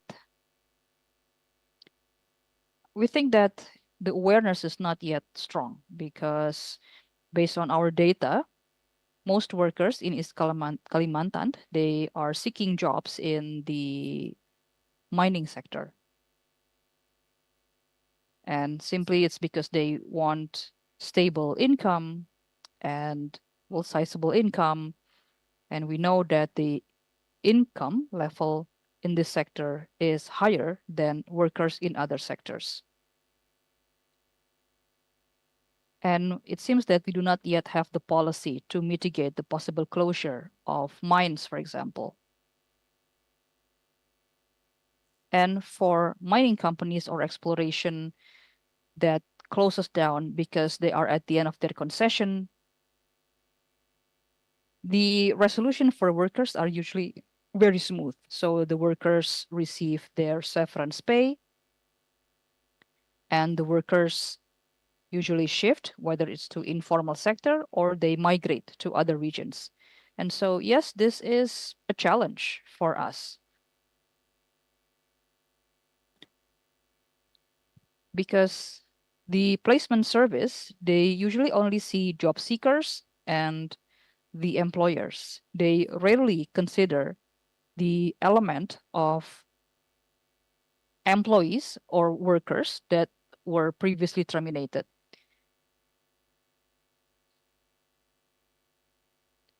And that is why it's very important to get familiar with the data. And I think this is what we need to change in employment service work.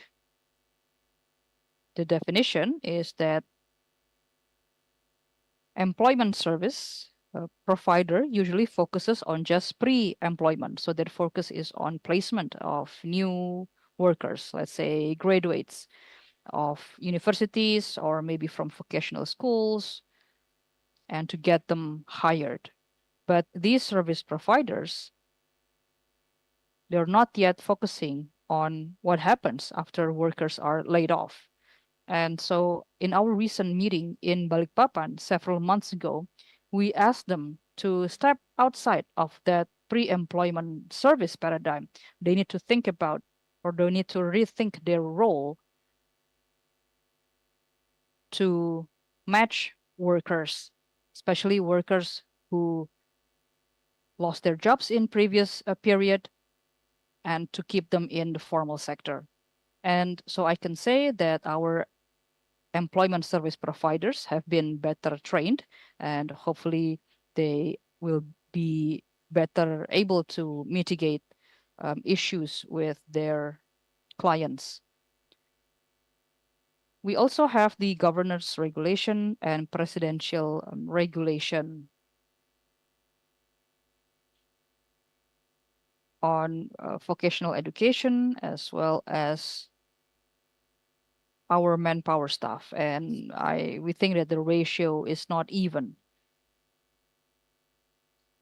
We focus more on how to create graduates that are matched with industry requirements. And so we were focusing more on teachers, on curriculum, on learning facilities, as well as recruitment and students, student tracing, etc. However, there is no mandate for the vocational team. We have never been called by the Manpower Ministry to talk about vocational team. We do have some funding that we can use to develop our work or employment market, our job market. We do have one unit that is specifically tasked to match our vocational training graduates to their jobs.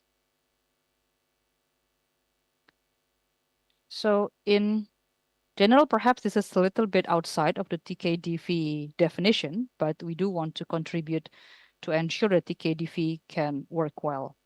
So if they can prepare their alumni, we strengthen their institution. We also improve the ability or the skills of the employment service providers. We also believe that the TKDV can work better. Is there any more questions? No, thank you. Thank you, sir. Thank you, and hopefully that answers your question. Thank you. So we hope that the mismatch problem that you elaborated earlier, mismatch between the employer's requirements and the worker's qualification, can be minimized. We still have a little bit of time. I think we can still give time for 1 or 2 questions. Yes, we have one already. Is there any more? No? Please mention your name and to whom you address your question to.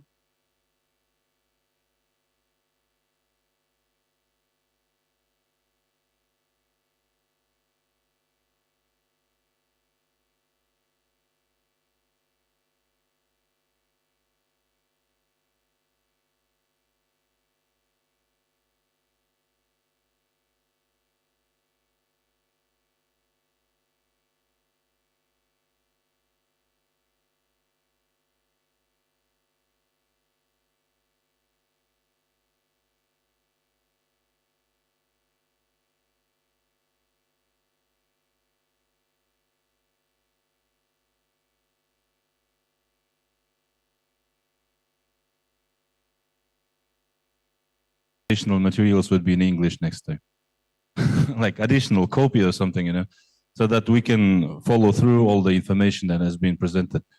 And my question, probably it is for the speakers from the previous session, or maybe even for the GIZ addressed. It's about the price, about the affordableness of all these energy transition things. As we understand, as I understood, like installed capacity of electricity grid of Indonesia is around like 100 gigawatts. Like 50% of it is like 50 gigawatts by gas or coal. And if we're talking about phasing out all of these traditional power plants, that means you need to build around like 50 gigawatts of renewables. And Indonesia has its own plans to grow the consumption side.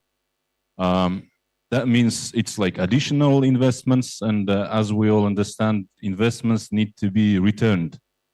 So that would be a very big challenge to the economy of Indonesia. It's like same situation in Kazakhstan.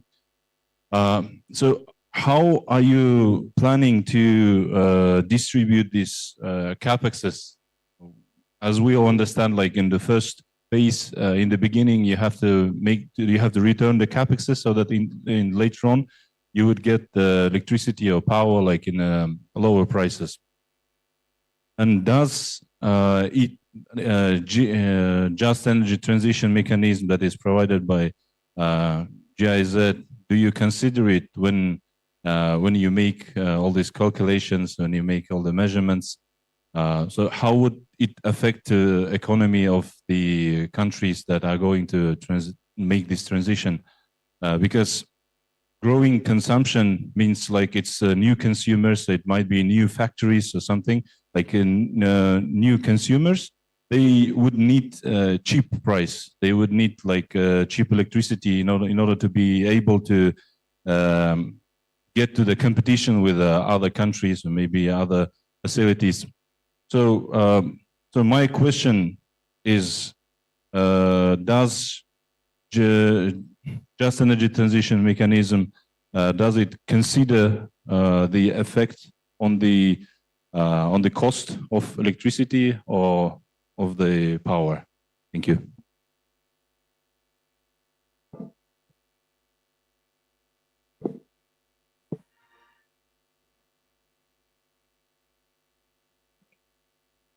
Halo, ya. Ada lagi satu pertanyaan sebelum ditanggapi. Ya. Do we have one more question before our speakers' dari responses? belakang, ya. Thank you, Session Director. My name is Simba. I'm from South Africa, an organization called TIPS. I've got a couple of questions, but I'll make them short and sweet. Thank you to our panelists, first of all. So I would like to ask with regards to, I think the session from the first session mentioned the energy mix projections by 2060, and it's predominantly solar. And also they spoke about increasing the use of solar water heaters by the household. But so the question is for you, incorporating the just aspect in this transition, similar to the last stakeholder who asked, how are we planning to make sure that these technologies are affordable to our people? How are we planning to ensure there is universal access by the low-income households, especially for the solar water heaters? And the next question for me here is, I think another speaker spoke about the role of women, and indeed they have a double burden. How are we planning to compensate care activities? Perhaps you have new models that we can also take home. And then the last one is with regards to the stakeholder from the workers' union. Thank you very much for your presentation. But I was wondering, what is your percentage of represented workers in the coal sector versus the unrepresented workers? And what are the plans for the unrepresented workers in this transition? Just to wrap up also, I know this transition that we are facing is very costly, but from a company side, what are the companies here, the coal mining companies willing to do, and what is the government also willing to do in this transition to make it just? Thank you.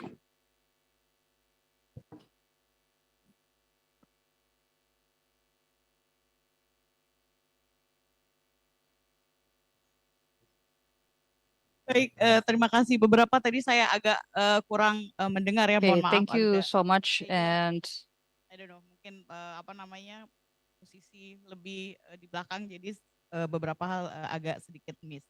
Nanti bisa dibantu we'll Korsi. clarify the questions because the moderator. So I think it goes to Mas Andra mostly. The moderator says that the question is mostly to Andra. So Andra, perhaps you can respond to the first question. And sebentar. Ya, pertanyaan yang kedua mengenai proyeksi bauran yang tadi Mas ya. There's also the question about energy mix projection. The dominant energy source is solar, and for household, one of the examples of solar utilization is for water heater. Terkait teknologi ini bisa terjangkau kira-kira begitu. So how can we make sure that the jet process is affordable for households, including low-income households? Untuk rumah tangga dengan income yang rendah. Kemudian juga masih terkait topik yang and we also have another question. Mungkin bisa berbagi begitu Mas, ada lesson learned yang bisa disampaikan about lessons learned ada kegiatan from women's experience and what can we do to help ease the double burden of women.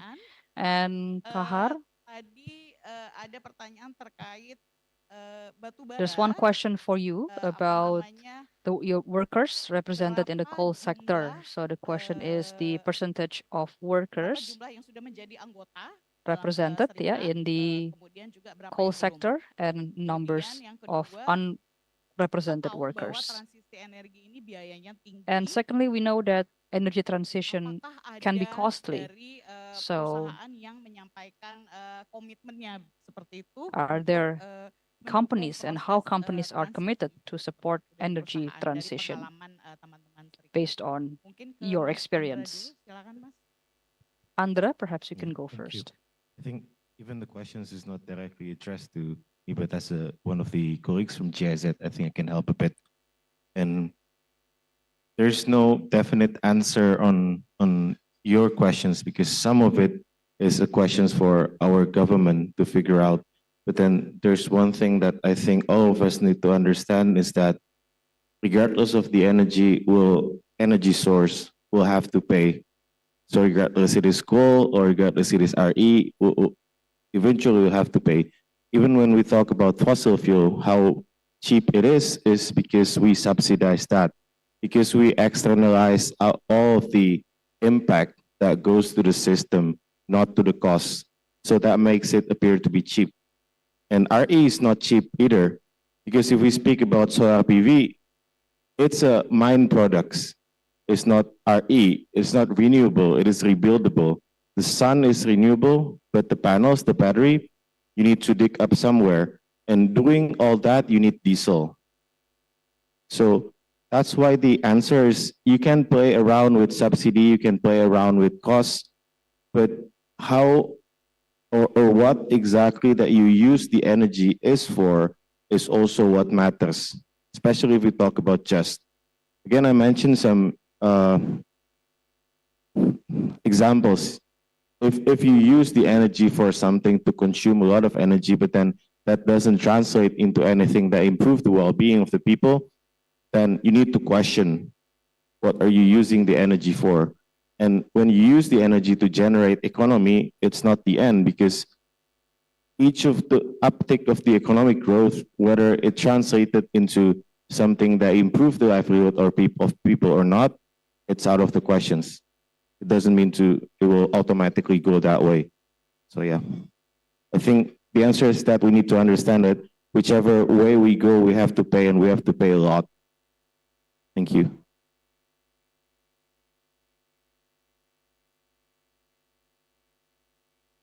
I think we can also directly address the questions about the women part, because I think the other part is not for me. I think. May I just add little comments? Yes, please. My question was that, so you are phasing out in the near future, 50 gigawatts of coal-based power plant or gas-based power plant, yeah? So that you are making the energy transition. So your system would require, your grid would require 50 gigawatts of renewables, right? So new object, like new generating object, would require a huge amount of investments, like capexes, you know? So if you are returning capexes, like in the same period for huge amount of new objects, wouldn't it be very difficult for your economy to repay to return the investments? And my question, I actually forgot the main thing of my question. I wanted to ask, does GET consider postponing the return of the payments? Do they have some kind of a mechanism so that it wouldn't be very hurtful to the economy to return all the investments, for 50 or 60 gigawatts of renewables with BSS? It would go with BSS. If you go with the hydropower, it also requires a lot of money. So that's the question. I mean, it would be very helpful for the countries who are actually trying to make the energy transition if we would have some kind of a mechanism which would help us to postpone the payments, to postpone the returns. That was my question. Actually, I wanted to address it to GIZ as well, but maybe not on this session. Thank you. Yes. But there's just a short answer. I mean, it's also parts of that. The government is trying to balance whether you want to put the burden now in the economy or in the future. And I think that's the part where I mentioned that it is something I think it's most appropriate for the government to answer in that part, because it's a huge money, as you mentioned.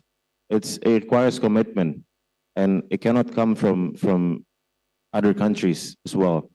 So yeah, I think you need to ask that questions again to our government colleagues after this. Thank you. Thank you. Yeah, I'll just go a bit about the second questions, which thank you very much. But then also parts of the quest that we embark in thinking about that is, again, to address the fundamental parts of the reasoning why they need to do all the double works, and also they still need to take care about the burdens.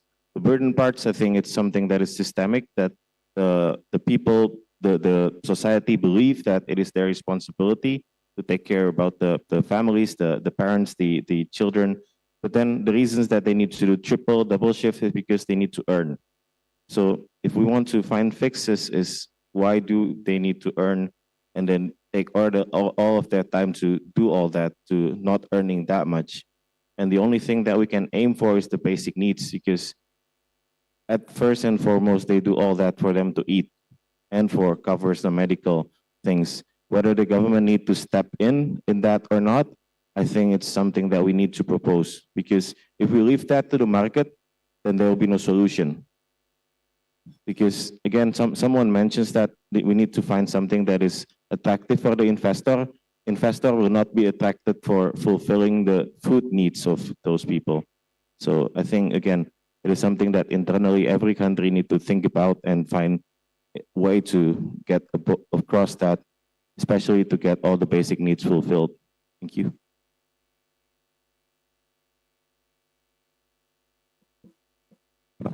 Ya, baik, terima kasih banyak Mas Andra. Kita ke Mas Kahar, Mas, terkait keanggotaan Serikat Pekerja begitu ya. Mas Kahar, about the membership of the workers' union. So how many members do you have now? And do you already have a commitment from the company? Please feel free. Yes. So if we refer to the data for the coal workers, there's approximately 30,000 workers. And I actually asked the head of the office in East Kalimantan, there's approximately 30,000 working, and then 14,000 working in East Kalimantan. Our total number of workers or members are only 30,000. And if we do further inspection, there's actually a larger number of workers working in this sector, considering that a lot of them are actually subcontractors. So they usually have short-term contracts, and that's why there's a lot of workers that aren't formally registered, but they are working in that sector, both formal and informal. Now, I would also like to respond about whether there is certain financial burdens that the company needs to bear.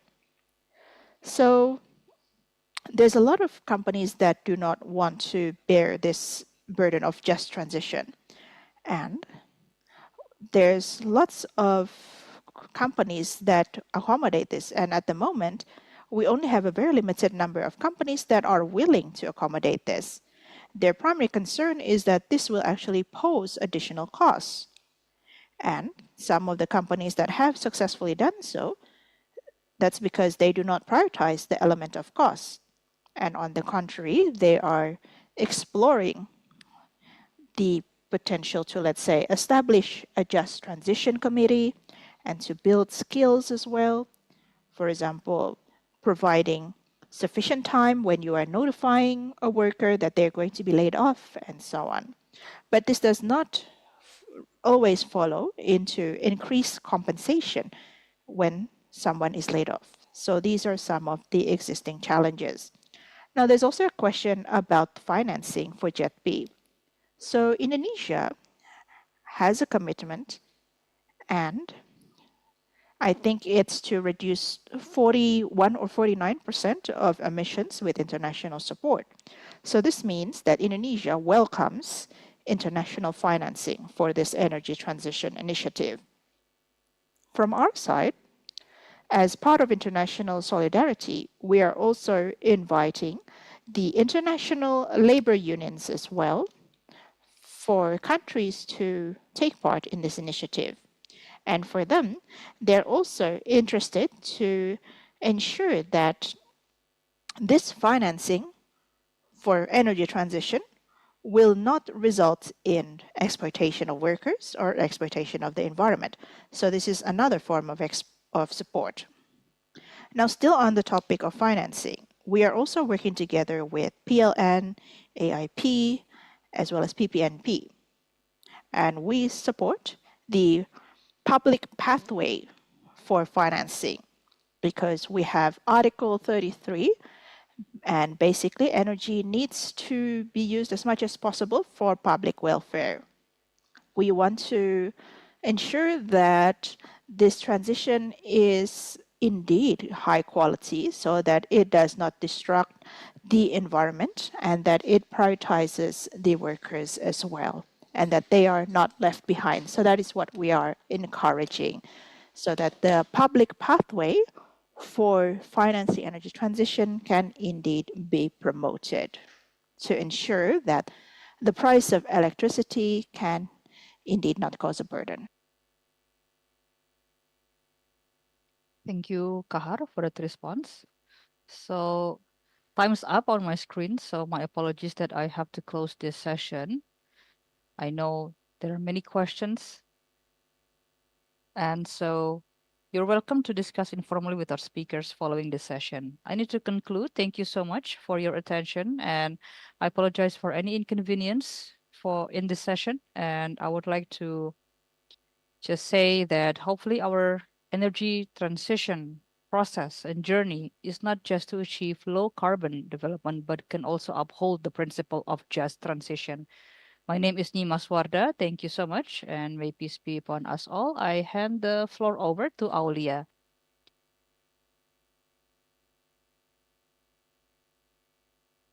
English.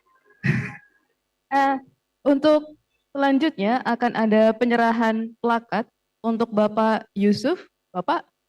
Pak Yusuf, we are going to present the tokens of appreciation to our speakers. So Pak Yusuf, please come to the stage to present the appreciation tokens to our speakers.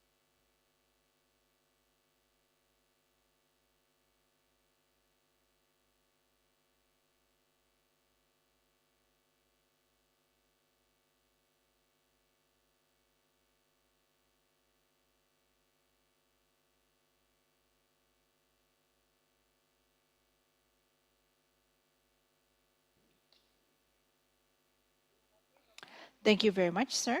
And for the second token of appreciation, we will be handing it over to Pak Kahar S. Cahyono, representing PT-PLN, with a lot of technical information that has been shared beforehand. So this is also a form of our appreciation. And we will have a photo session as well. So please feel free to take your position for the photo session. Okay, in 3, 2, 1. Okay. Please give a wide smile. 3, 2, 1. Okay, thank you very much, ladies and gentlemen. Thank you for giving us a lot of insightful material for this second session. Now, unfortunately, this is also the last session that is designed for this afternoon. And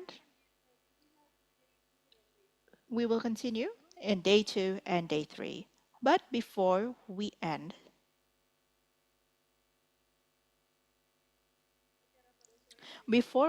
our event this afternoon, there's a couple of housekeeping announcements.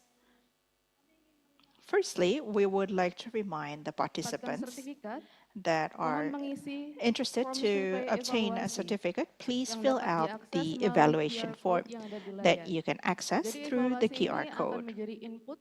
So this will serve as input for the organizers so that they can make improvements in the future. So you can also scan this in the QR code. Before ending this event today, the first one, we would like to welcome you and advise you to fill the survey evaluation. It's related to publishing your certificate as well. You can fulfill it based on the technical input or material input based on your personal experience, so we can improve it better later.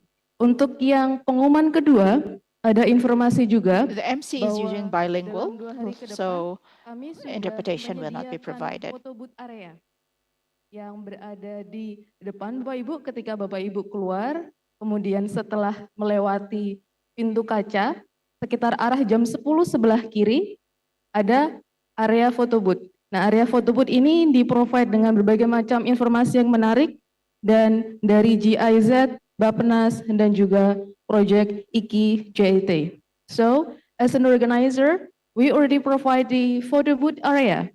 You can find it after you went out of this room and go to left, and you are about to pass through the really big glass door.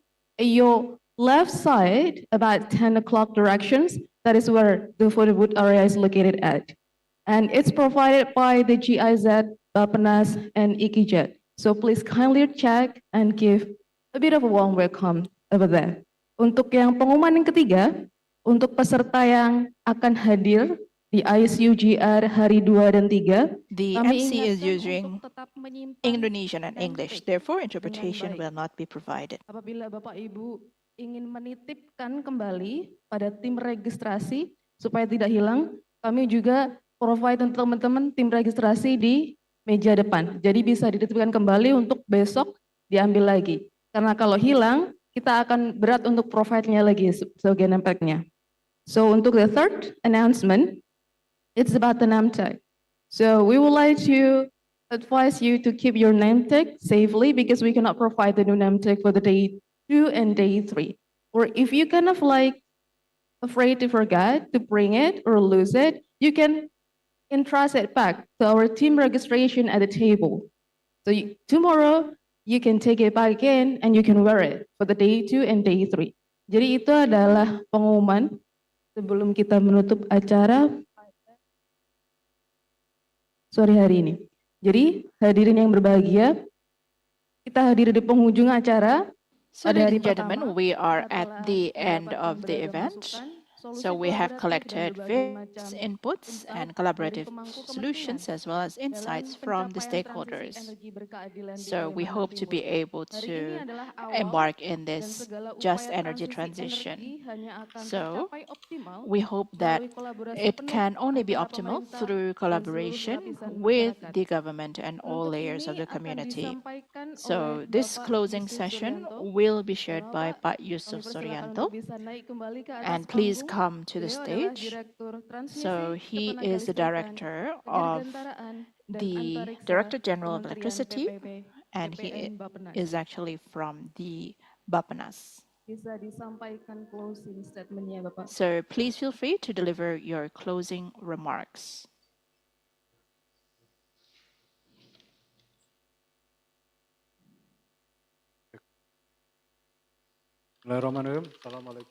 Greetings and may peace be upon you. Selamat sore Bapak Ibu sekalian. Mohon izin kami mengambil sedikit kembali waktunya. So I will take a little bit of your time. So we have spent the whole day here, and there are a number of important notes. Penting untuk kita renungkan. And in this case, we do need to consider this. And we hope that we'll be able to once again review these points. So today, we have discussed about efforts needed to promote energy transition. There's advancements that we have achieved, progresses, but at least East Kalimantan has shown progress leading towards a just energy transition. Nevertheless, we still need further follow-up actions so that we can strengthen collaboration with the private sector and also the government sector. And this includes the central as well as the local government.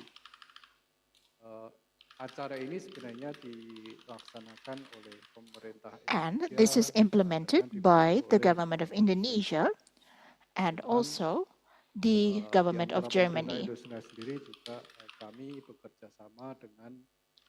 And we are also working together with the Ministry of Energy and Mineral Resources. So we are thankful for the collaboration that has been established. So we hope that this strong synergy can support the implementation of policies, and we hope that this can give real impact as well for the regions and for the national level. In addition, just energy transition also requires the active role of many parties. The government plays a strategic role to create regulations that are conducive as well, and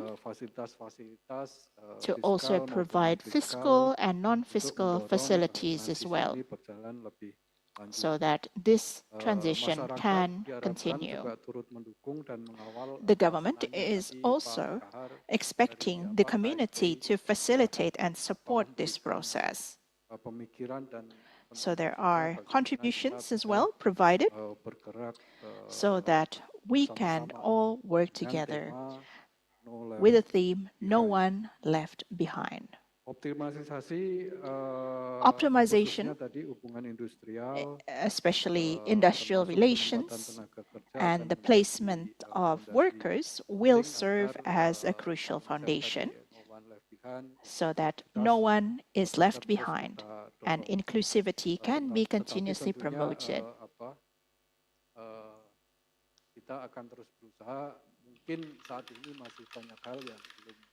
And although there are things that aren't in line with this, we believe that we do need to start this step and we do need to do refinements. So that's all, ladies and gentlemen, and I hereby thank you for your attendance. Thank you for joining us here today. And thank you for all of the inputs provided, and thank you for the feedback shared.